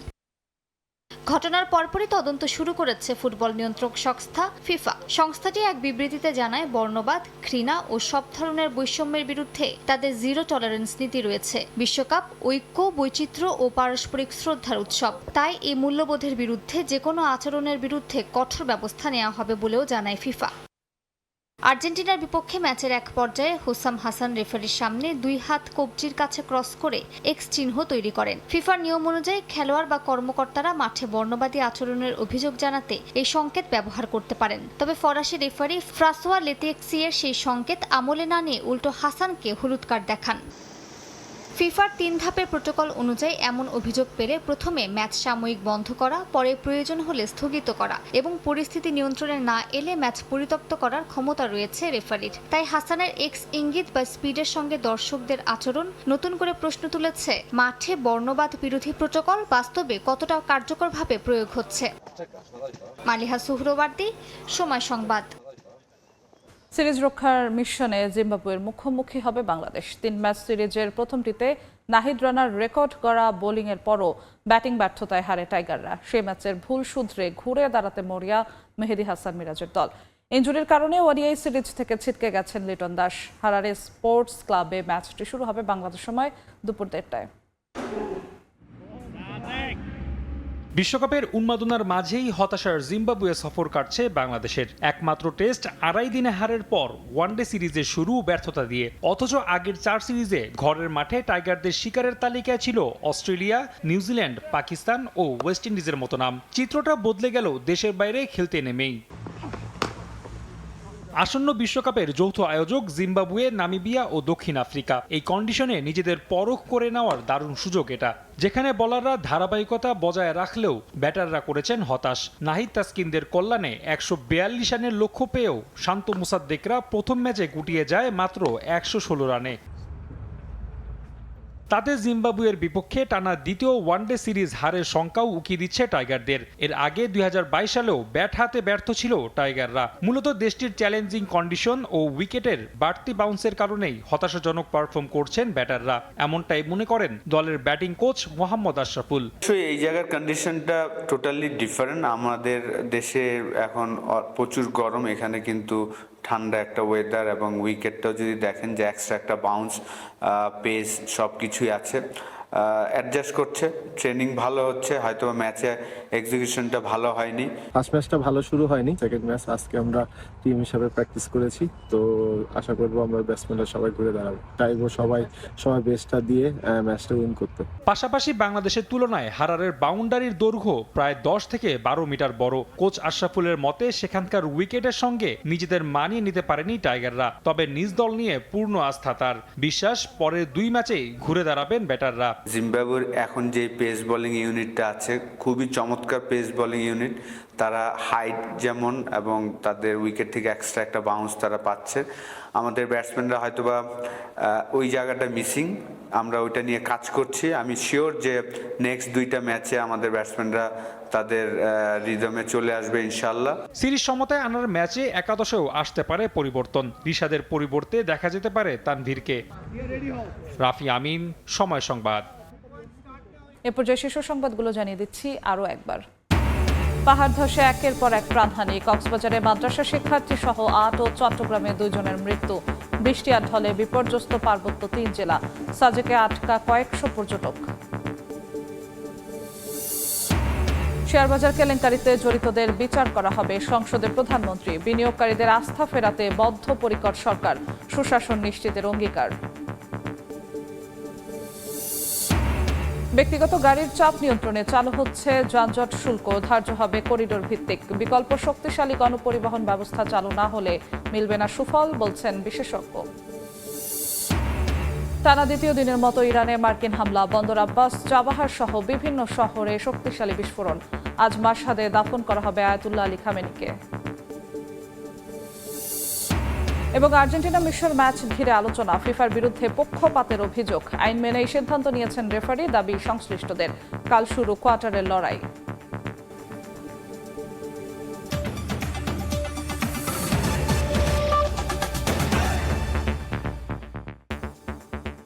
এই ছিল ভোরের সময়। দর্শক, বিশ্বকাপ ফুটবলের মহাযজ্ঞ সরাসরি সম্প্রচার করছে সময় টেলিভিশন। দেখতে চোখ রাখুন সময় পর্দায়। এরপর সকালের সময় নিয়ে সঙ্গে থাকবেন সহকর্মী মিসবাউল আলিফ। ধন্যবাদ যশোয়া। সকালের সময় নিয়ে আসছি কিছুক্ষণ পর, সঙ্গেই থাকুন সময়ের।